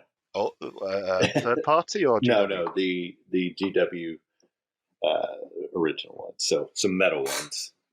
I don't know if they still do them in Finecast, but I mean that's what I have. But the physiology is so different from modern Skaven. Yeah, it's very different. So, all right. Well, what about? Oh, and one thing about them is they can throw into other Skaven units, so they can stand behind a Skaven unit and toss into combat and hit both units. It's a way of hitting your own, Skaven slaves and killing the knights that the Skaven slaves are fighting. So that's how you can use it for those. All right. What about rare, Mike? The Skaven rare section is fairly powerful. You have 4 options. Probably it's hard to say which one's exactly the best, but one of the most powerful is one of the most powerful monsters in 8th edition Warhammer Fantasy battles is the Hell Pit Abomination. Generally, when you're talking about what constitutes a good monster in 8th edition Warhammer Fantasy battles, you're going to be looking at, does this monster have any type of save, which the Hell Pit Abomination does. The Hell Pit Abomination has a 4-up regen save. So that's something to keep in mind when you're either playing with or against Skaven, is that flaming, if you can hit it with something flaming before hitting it with something powerful, you're going to negate its save. It's got 6 wounds, toughness 5, so strength 6. And one of the more powerful aspects of this monster is it has 3d6 random movement. And if you play Warhammer for any amount of time, you'll realize kind of how powerful random movement is, because it gives you the ability to effectually charge at a 360. So you don't need a line of sight at the beginning of your turn to effectuate getting into combat with somebody. You can just pivot and then move your 3d6, which will get you, on average, about 12 inches of charge range. And then once you get there, you're doing d6 impact hits. Like I said, your strength 6. The amount of attacks you have is going to be predicated on a chart that you roll. And usually it's a pretty powerful chart. It's not like the giant chart, which is pretty hit or miss, and usually miss. And you cause terror. You're stubborn with leadership 8. And then you have a special rule, too horrible to die, which means if your enemy is able to kill you, bad things can potentially happen still for your enemy. On a 6, you're going to come back with full wounds. In the middling numbers, you're going to turn into swarms. I have to take a look. Yeah, rat swarms. And then like on a 1 or a 2, you're just going to go away. So they're pretty powerful. I've seen them come back. I've played against them a number of times. Once you kill one, which is really hard to do, and they roll a 6, it's very demoralizing. Stubborn, leadership 8, just good in close combat, good save, stubborn, just all around an excellent unit selection. And most Skaven armies at 2,500 points are going to have at least one Hell Pit Abomination. The Warp Lightning Cannon is a fun little magic, or a fun little item that shoots essentially like a cannon, straight line, all that stuff. You mark where you're going to shoot it at. And what it does, though, is its bounce roll, right? Its roll on an artillery die tells you the strength of the shot. So, a 2 is not so bad for your opponent, but 4, not, that's getting worse. 6, 8, and 10, that's really bad for your opponent. And then to add it to it, it's not just a cannon. At the end of the roll of the bounce, essentially, you put down the small template and at that same strength. So if that lands in a unit, it can just devastate it. Plus, you can also snipe with it and do that type of stuff. So the Warp Lightning Cannon can be a really powerful weapon. It can devastate the enemy. Yeah, when you consider most numbers on the artillery dice are pretty high, it's pretty bad. You want to talk about the Doom Wheel? Yeah, the Doom Wheel, another random movement friend of ours. The Doom Wheel is pretty good. It comes on a chariot base. I don't know if it's categorized as a chariot. It doesn't say right here in the 7th edition book, but strength 6, toughness 6, has 5 wounds, has a 4-up armor save. So it can be killed by a cannon. It doesn't have a ward save, doesn't have a regen save, but there's only about 4 armies that you're going to see fielding cannons regularly. So that's ogres, demons, dwarves, and empire. And Skaven. Well, yeah, I mean, they're not the traditional cannon, I suppose. No. But what makes them powerful is their high toughness, their high strength, their high wounds, and their ability to pivot and charge, just like the Hell Pit Abomination, giving them that 360 ability. They're going to do impact hits, D6+1 at strength 6, which is powerful. They don't really have great static attacks, just like most chariots. It's like 2d6 rat attacks, and then the warlock engineer who's in there. So it's not particularly powerful from that standpoint, but it also shoots. It causes terror. And the way the shooting works is every turn during the movement phase, you have to check and see who the closest unit to your Doom Wheel is. And if the closest unit is Skaven, you can take a leadership test and try to prevent them from shooting bolts of lightning or some sort of warp energy at your units. And if it's your enemy units, you can allow those to go off, and they're going to do some damage, 3 shots, like strength 5 or something, to your opponent's units. Yeah, it's the strength is the artillery die.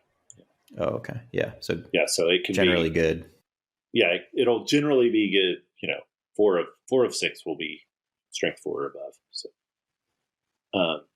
the plague claw catapult is your stock standard catapult. The center of it when it hits is not any higher, but it does for it.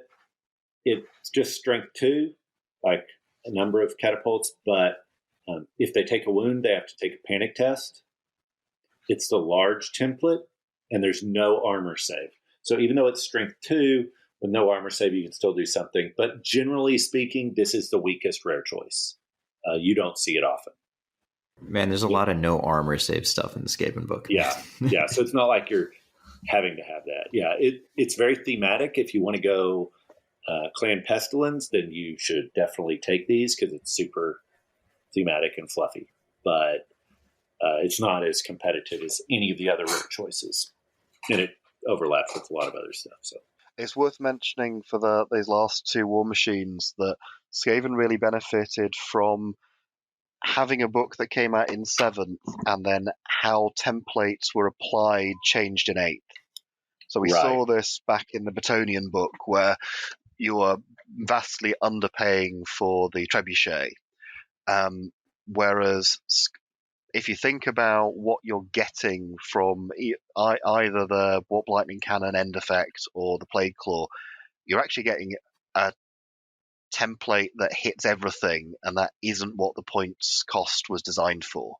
Right, and it's especially powerful with the Warp Lightning Cannon because its strength is higher. So why don't we each pick a favorite special character and kind of talk about them? I recently had to fight, who is it? Weak Head Taker, is he the Storm Vermin one? Yeah.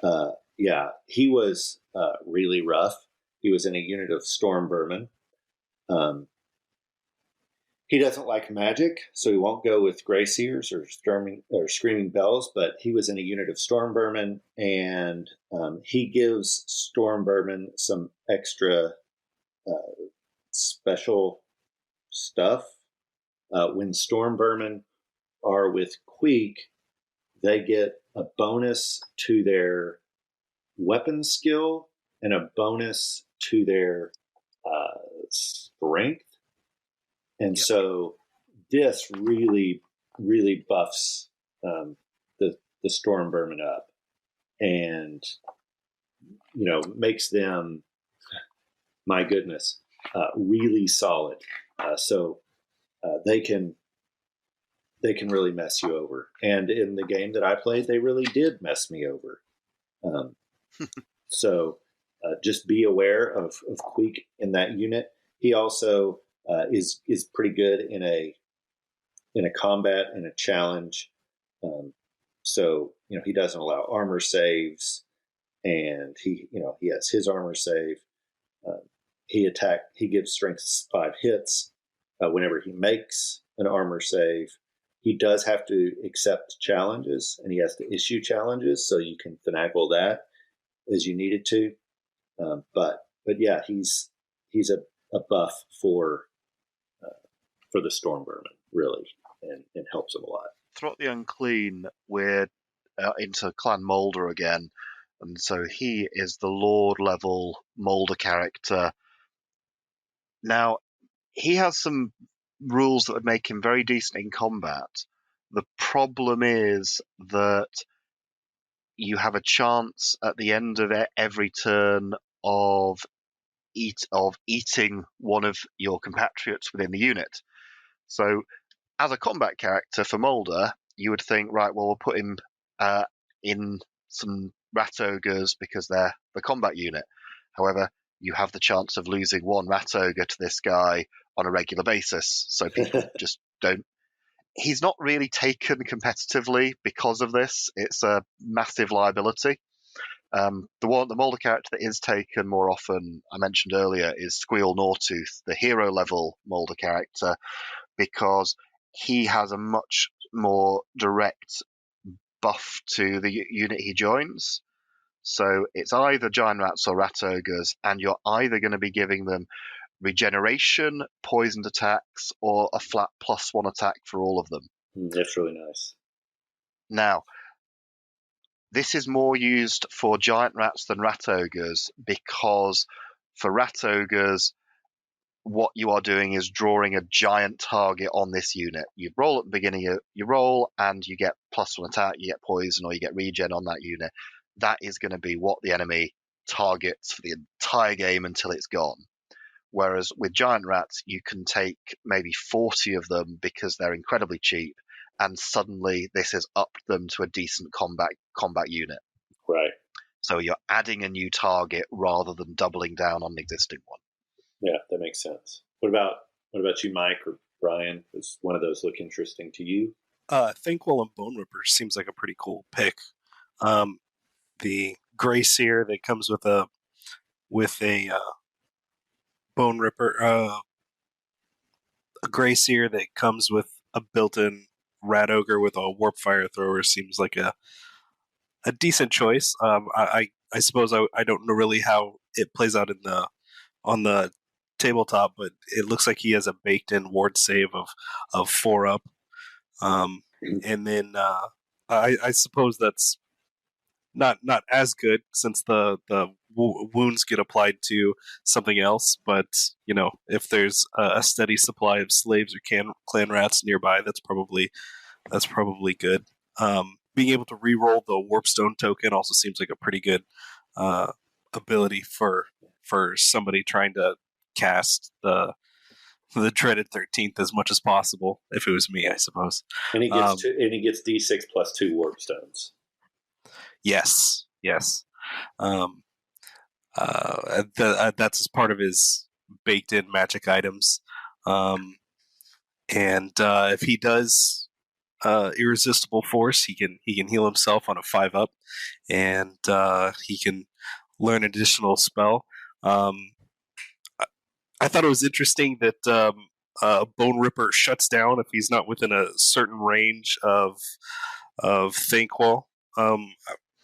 This is from the 7th edition book. I'm not sure if that translates to the 8th edition at all, but yeah. The reason for that is because of how points are calculated. What you risked was the Thankwell player using Bone Ripper as a separate unit to go off on his own, and what you are very much underpaying for an independent Warpfire throwing unbreakable rat ogre. So in order to stop that from him basically going off as a Rambo lone model, they have this rule where he's got to stay within Thankwell's orbit. So Thankwell has to stay. If you want Bone Ripper to go off and do something, then Thankwell at least has to be in the proximity of the danger, in the ballpark. Yeah. If you want him to be taking on half the enemy army to slow them up, Thankwell's got to be in the firing line himself. Mike, you have a favorite one? No, it's okay. I'll let Kerry mention somebody. I'm not a big fan of the Skaven special characters, so I don't think any of them really provide much value on the tabletop, which is generally true of special characters in Warhammer 8th edition. But so I'll let Kerry go on. Okay, so who we have left? We have Ikit Claw, who is the Scryer special character lord, who is in a very strange position rules-wise. Level 3 spellcaster, the only one you have access to.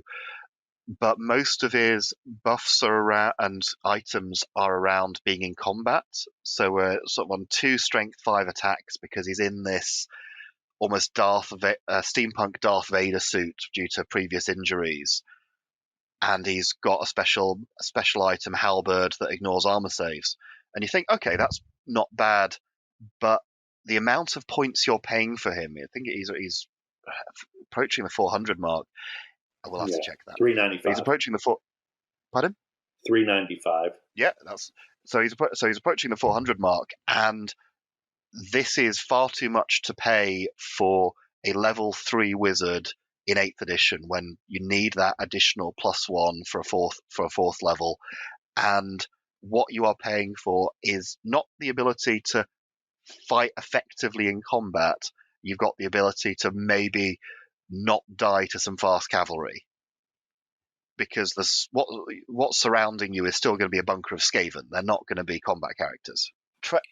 We then have Lord Skrulk, the Lord level Pestilence character. Again, level 3, because there's no other Lord level plague priests.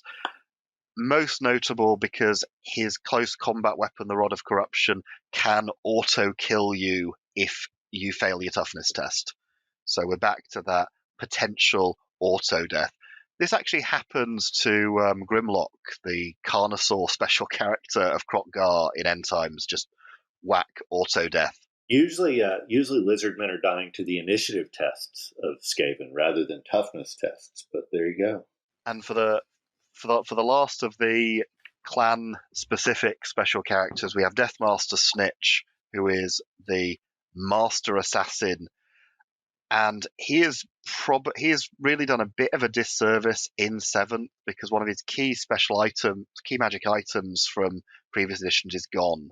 So he has lost the Bands of Power, which used to give him a bound spell to double his strength. He is relying entirely on his 3 Weeping Blades, his 4 Upward save, and his obscene number of attacks. So you're on 6 attacks, initiative 10, with all of the assassin rules for hiding. Ultimately, if you cannot kill something with 6 Weeping Blade attacks at initiative 10, you probably can't kill it. We're not quite Hellbron level of damage with silly number of strength 10s, but we're getting there. And finally, we've got Tretch Craventail. Tretch, best known for being the legendary lord in Warhammer 2 that no one particularly likes because everyone was hoping for Thanquol. And his main gimmick is the ability to run away. And he's of Clan Rictus. Clan Rictus being the one that I spoke about earlier. Yeah, he's a poor leader of Clan Rictus, and his main thing is if his unit is engaged, he can bounce to another nearby unit. He does come in with a baked-in 4-up ward save, which is great, but this is a character who, in small points games, can be really fun. Small points value games can be really fun, but you are not going to see him being invested in competitively. And his rule that allows him to move is called "Stay here, I'll get help," which is a really solid rule for Skaven. I mean, that's a fun and funny rule. But the problem with it is that you declare you're doing it, you roll 3d6, and you can bounce to a friendly unit of clan rats or storm vermin in that bubble. If there's nothing that you can reach in what you've rolled, he's dead. So unless you've got another unit of clan rats within 3 inches and can guarantee that this is going to work, you're very rarely going to take this option. Yeah, it's risky. Because unless this is a completely hopeless situation, he's dead already, you might as well then take the 4 initiative 6 strength 4 attacks that he's going to be able to deliver to the combat. All right. Well, so those are the magic characters, and we're not going to go through all the magic items because this is a 7th edition book rather than an 8th edition book. 8th edition books have 8 magic items unless you're high elves. This one has way too many. So, gentlemen, just pick your favorite magic item and let it rip. What are combos you think are useful, or what's a magic item that's just fun? I think we need to mention the Fellblade. We talked about it back in the lore section where they they've created it to kill Nagash. This is if you want to take a warlord, spend 100 points, the entire magic items allowance on one item. Your warlord is now strength 10 and forces the re-rolling of successful ward saves, and each wounding hit becomes d6. Great. Roll a d6 at the end of each of your turns. On a 1 or a 2, you take a wound, no armor saves.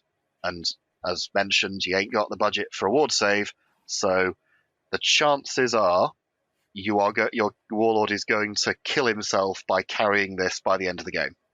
But you may kill something big, so that's always fun. And that is a theme with Skaven of risk reward, right? Like you're gonna kill someone else, but you'll probably die yourself. Any others? I briefly mentioned the Storm Banner previously. This is a mainstay of competitive Skaven lists. It is an item that you choose to activate. So once per game, you can activate this, and then it will continue ticking over for. Just pause while I make sure I make no mistakes on this.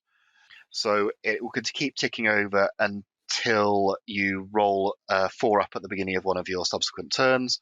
Now, you have shut down all flying movement on the entire battlefield, and all missile fire is at -2 to hit. Right. If you come to a battle against high elves, you can ground all those phoenixes, or griffins, or both. Still a debate about that one. And all of those Sea Guard, those Bolt Throwers, those Sisters of Avalon are at -2 to hit. Your move, high elves. Yeah, we can cross them. And you have 50-50 odds that it's going to hurt your opponent for more turns than it will hurt you. So even if you have shooting, 50-50 odds that it's going to hurt them more.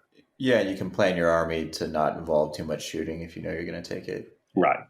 It's one of those things that people hate because it limits what your opponent's army does good at, and it's just not a very pleasant feeling to be in a game where you've built a list to these strengths and someone else negates the cool and fun and good aspects of your army. Absolutely. Yeah, it is. It can be certainly a no fun type of special item. And I think you're right, Mike. I think a lot of times those items are ones that take away from what your opponent can do, rather than add to what you can do. Like when you're taking away from what your opponent can do, you're limiting their fun, rather than adding to your own. Yeah, the two mainstays we haven't mentioned yet, and I don't know if Ryan was going to, are the Brass Orb and the Doom Rocket. They've been mainstays in the Skaven Army books for a few editions at least. And I mentioned them a little bit before. Yeah, they're pretty much always taken. The Doom Rocket is kind of similar to the Wood Elf Hail of Doom arrow from the standpoint that it's random but also very powerful. So the Doom Rocket is an item that you can use to shoot in the shooting phase. You can use it to stand and shoot, and it moves a random distance. And once you've rolled the 3d6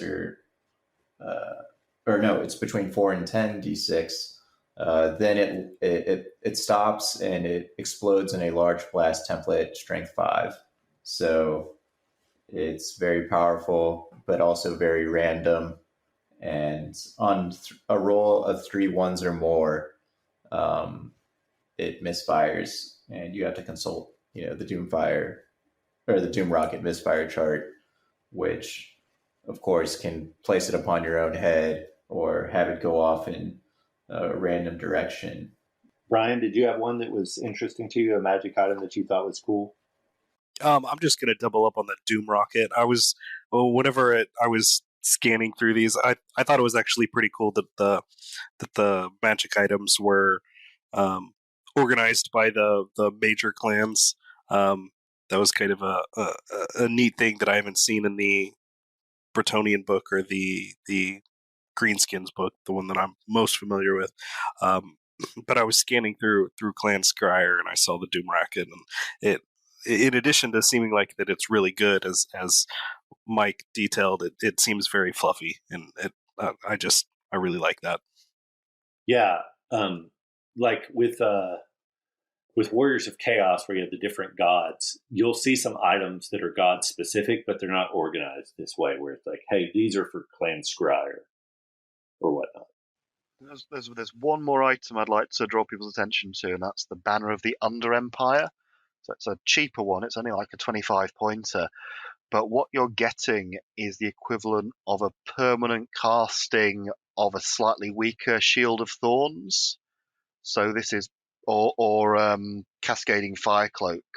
So this is a permanent, non-dispellable 2d6 automatic strength 2 hits to anything in contact with your unit. So you can, if you're going in for this sort of slow grind war of attrition with columns, this is something that can really help you. Yeah, a couple other things that you'll see is you'll see the Plague Banner on Plague Monks. It gives them once per game rerolled fail to hits and to wounds. So they've already got 2 attacks. They can and frenzy, so they've got 3 attacks. If you're able to cast Death Frenzy on them, they're going to have 4 attacks. And then if you make it where they're rerolling hits and wounds, then you can really bump that up some. You'll see Skaven Brews sometimes. This is a randomized item where it can hurt you, or it can give the unit hatred or frenzy or +2 attacks. But if you get that one, then you're also hurting yourself. So those are just some of the cool things that you can get. As we said before, though, there's a ton, right? There's a ton of items for Skaven that you can get. So it's certainly worth a look through, all fluffy and fun to try out. To just follow on from your Plague Monk bonus stacking, if you can get them with Blessed with Filth as well, then you've more or less turned your Plague Monks into a supercharged version of like the Witch Elf Death Star. And Filth does poison, is that right? Yes. All right, so we've asked favorite units for aesthetics, for lore. What's your favorite unit for in-game? What is just cool? Probably Skaven Slaves. And that is specifically because of my regular opponent, and I may or may not have mentioned this earlier. He puts his slaves into situations where they are guaranteed to fail, and on the off chance that they don't, then celebrates them as heroes. Right. And so I've used Skaven in games probably less than 10 times. I've played against them far more than that. And my favourite memories of a unit to play against is Hero Slaves, where they perform far better than the averages say they should. Yeah, so I'm similar in that my favorite one is the Rattling Guns, because who doesn't want to take complete control of their lives and say, I've rolled 3 times, I haven't gotten a double yet, but I need more shots, so let's just risk it and fire again. Oh no, now I'm spinning around and shooting my own troops. The Rattling Gun just has the potential for a load of fun. So I really like that. I like the Screaming Bell. If a Skaven army is going to go all in with the Screaming Bell, it just kind of is the backbone of their army, and it's kind of the centerpiece of their army. So you know what you're getting there. You're getting an unbreakable horde of clan rats or storm vermin with a Gracier on a bell, and I just like the aesthetic. I like the gameplay, and I would bring it every time I ever made a Skaven army. I want to see some big blocks of clan rats and Skaven slaves and storm vermin, just huge columns of of Skaven on my opponent's side of the table, getting ready for a brawl. I think that'd be really cool to see. All right, so we've come to the conclusion of our podcast. We're just going to ask some questions regarding collecting this army. So, what do you say? Someone should play this faction if they enjoy painting. Why do you say that, Brian? I feel like you're going to be painting a whole lot. I will say this for painting them. Like, I have painted a ton more Skaven than I did of those Zinj Warriors of Chaos. And I found them much more enjoyable. It may be the color scheme. I picked white for the Zinj Warriors of Chaos, but I've really enjoyed painting them other than the Storm Vermin. And it's been fairly fast. So that is one thing. There's a lot of them, but they're not so difficult. If you like the risk of watching the entire game go up in smoke because of a few bad rolls, but it will be entertaining. Yeah, I think you're going to be... There's not a ton of Skaven. I wouldn't say there's a ton of Skaven players, and I think the people who play Skaven are more taken with the lore and the aesthetic, and it's a particular aesthetic. It's giant rats, and it's not for everybody.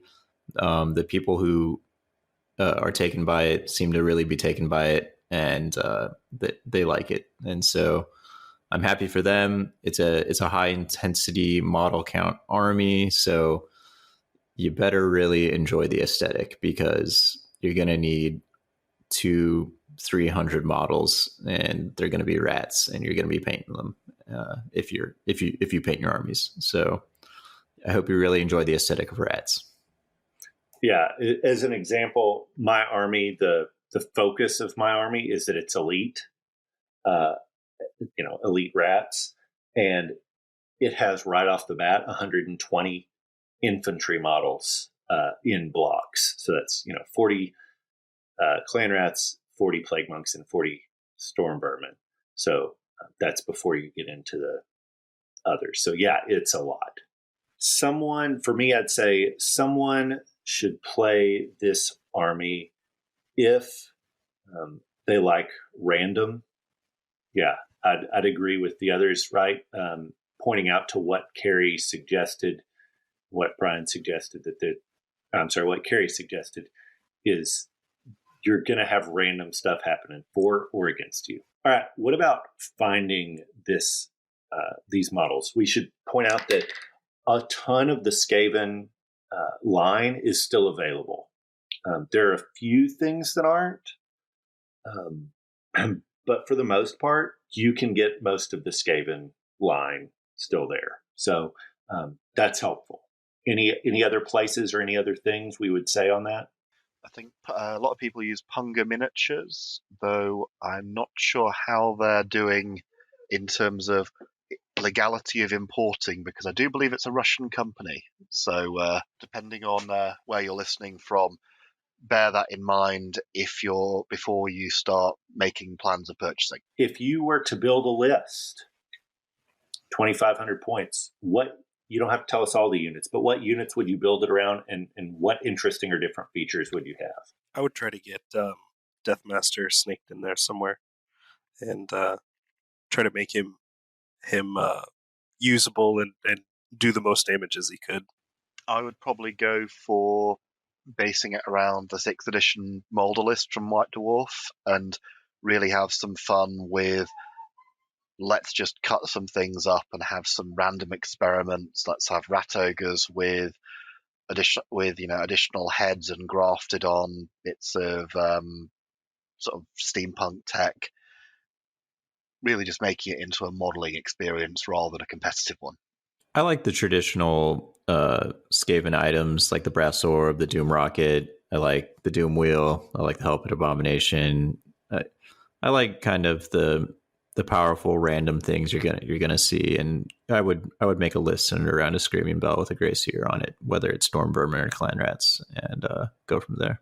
I think mine will be more like what Mike suggested. I've already said I like the idea of an elite Skaven force, so I don't have any Skaven slaves. My Clan Rats are there mainly as delivery systems for rattling guns. honestly, if I could handle painting 40 more storm vermin or buying 40 more storm vermin, I would do 2 units of 40 storm vermin just for fun. But yeah, I really like them, so that's kind of what the thing I would do there. All right, well, here we've come to the end. We get to rank this army book. Remember that we are going to rank this army book for lore, for aesthetics, and for power level. Lore, aesthetics, and power level. Who would like to start? We need a chart of the previous edition books we've done. I think you just volunteered to be in charge of that, right?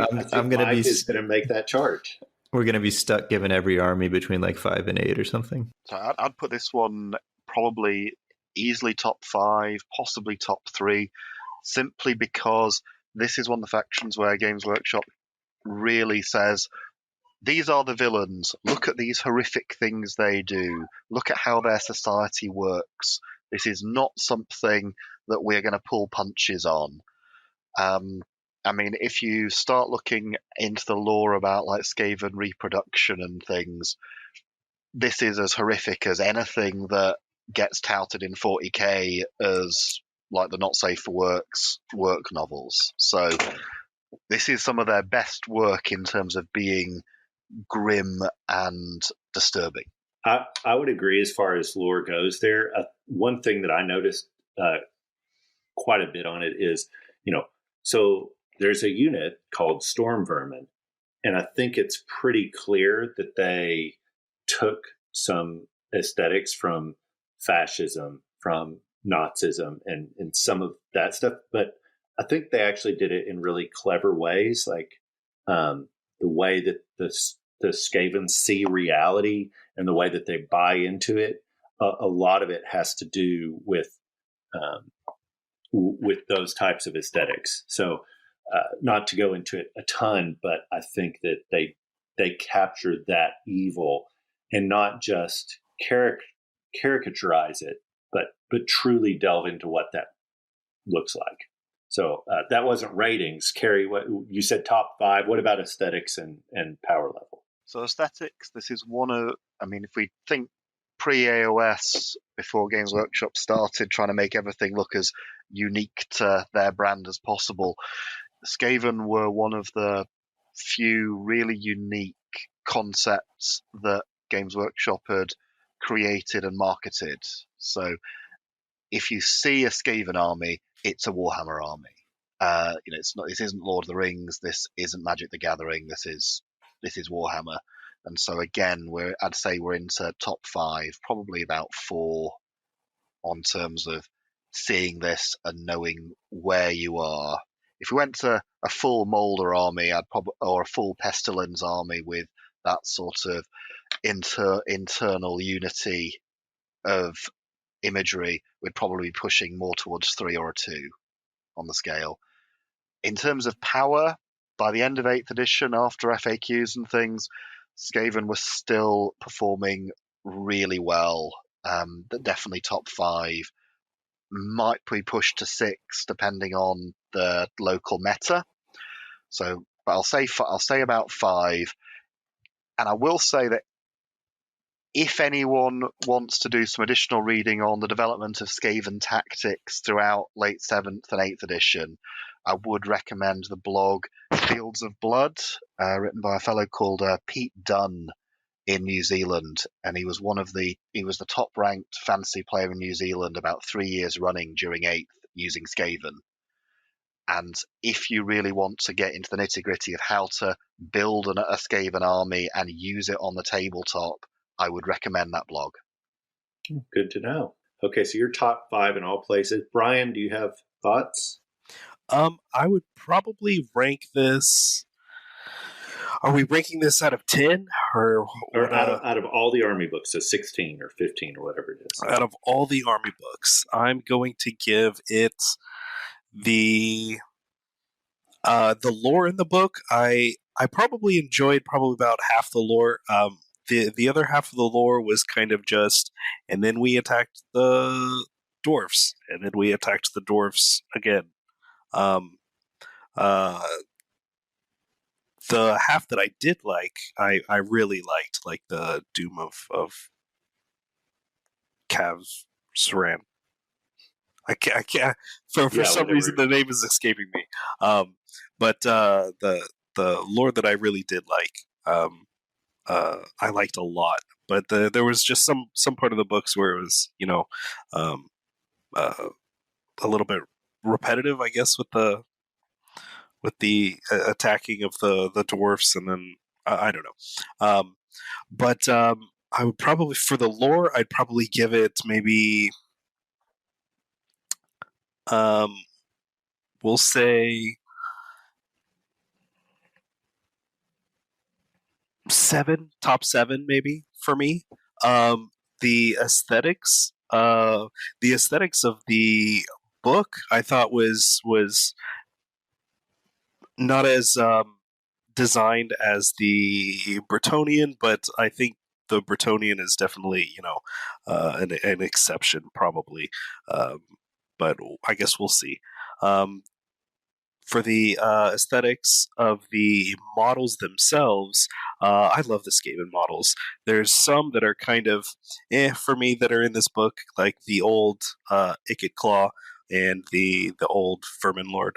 But for the most part, the aesthetics of the Skaven are just awesome. You don't really see them anywhere else.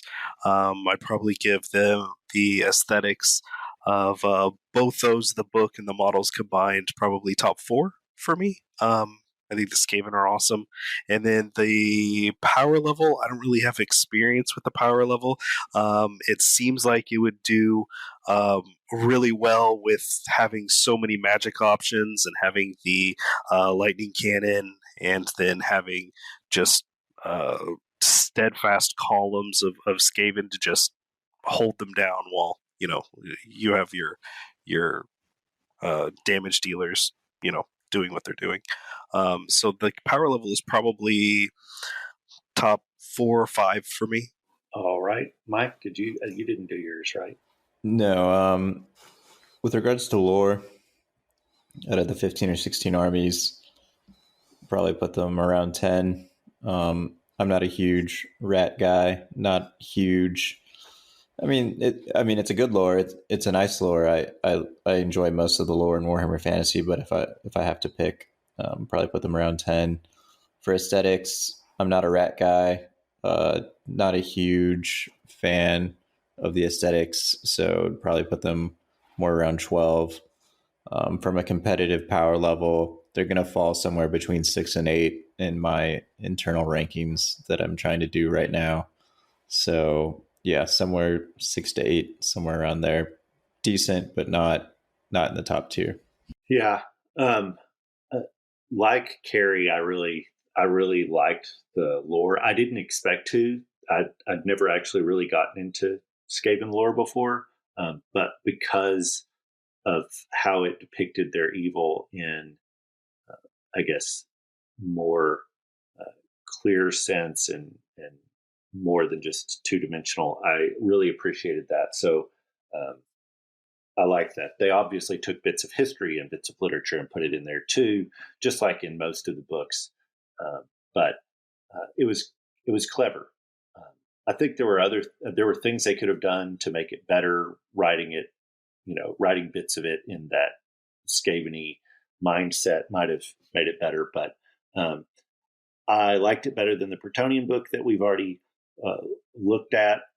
And so, I don't know, for me so far, yeah, I think I'll put it around, 4 or 5, 6, somewhere in there, until we get further in it. I may find out different, but for aesthetics, I think the newer models, so I'm going to be the anti-hot tub mic here. The newer models, I think, are amazing. And I think if they had, a full range in the same style as the Clan Rats and the Doom Wheel and the Warp Lightning Cannon and the Hell Pit and the Storm Vermin, if they had that, it would maybe be the top aesthetic for me. But unfortunately, there are some older models that the aesthetic has changed quite a bit. So like the weapons teams don't look the same as, the others, and the Jezzails don't either. And even the plague monks, just the head style is a little bit different. So for that reason, they're not maybe the top, but for me, I think I could happily put them in 3 or 4. I really like them. For power level, I think I'm with Mike. I think, you've got the elves, you've got the warriors of chaos in those top spots. Ogres are up there pretty high, and vampire counts. So they're in that second tier. Yeah, like 7 would be probably a pretty accurate spot for them. Although in really solid hands, they could probably go higher. So I think that's how I feel about them. Any other thoughts? Well, the thing you've highlighted there with the out-of-date models, Skaven are a really peculiar one, because we know that there is an 8th edition sculpt for the Warp Fire Thrower. We know there's an 8th edition sculpt for the Poisoned Wind Mortar. It's just they are not available. And their Games Workshop is continuing to sell the 5th edition metal Warp Fire Thrower, even though it has a much more up-to-date plastic sculpt that was in the Island of Blood box. Right. But they're just not having that on release. Which, by the way, that Warlord that comes in Battle for Skull Pass is just a great-looking model. Well, that is it for us today. Thank you for listening with us. We really appreciate you being here. Thank you, Brian, Mike, and Kerry, for being here today. Thank you, listeners, for being with us. Next month will be a book review from one of the Black Library books. We'll be reading Riders of the Dead. If you'd like to read it and prepare, it's in the Warhammer Chronicles book, Empire at War. You can get it there, or you could just look for it on eBay or whatnot. Riders of the Dead. Thank you very much. See you next time. All right, well, that's all we have for today. We hope that next month you'll gather around the Heardstone with us again.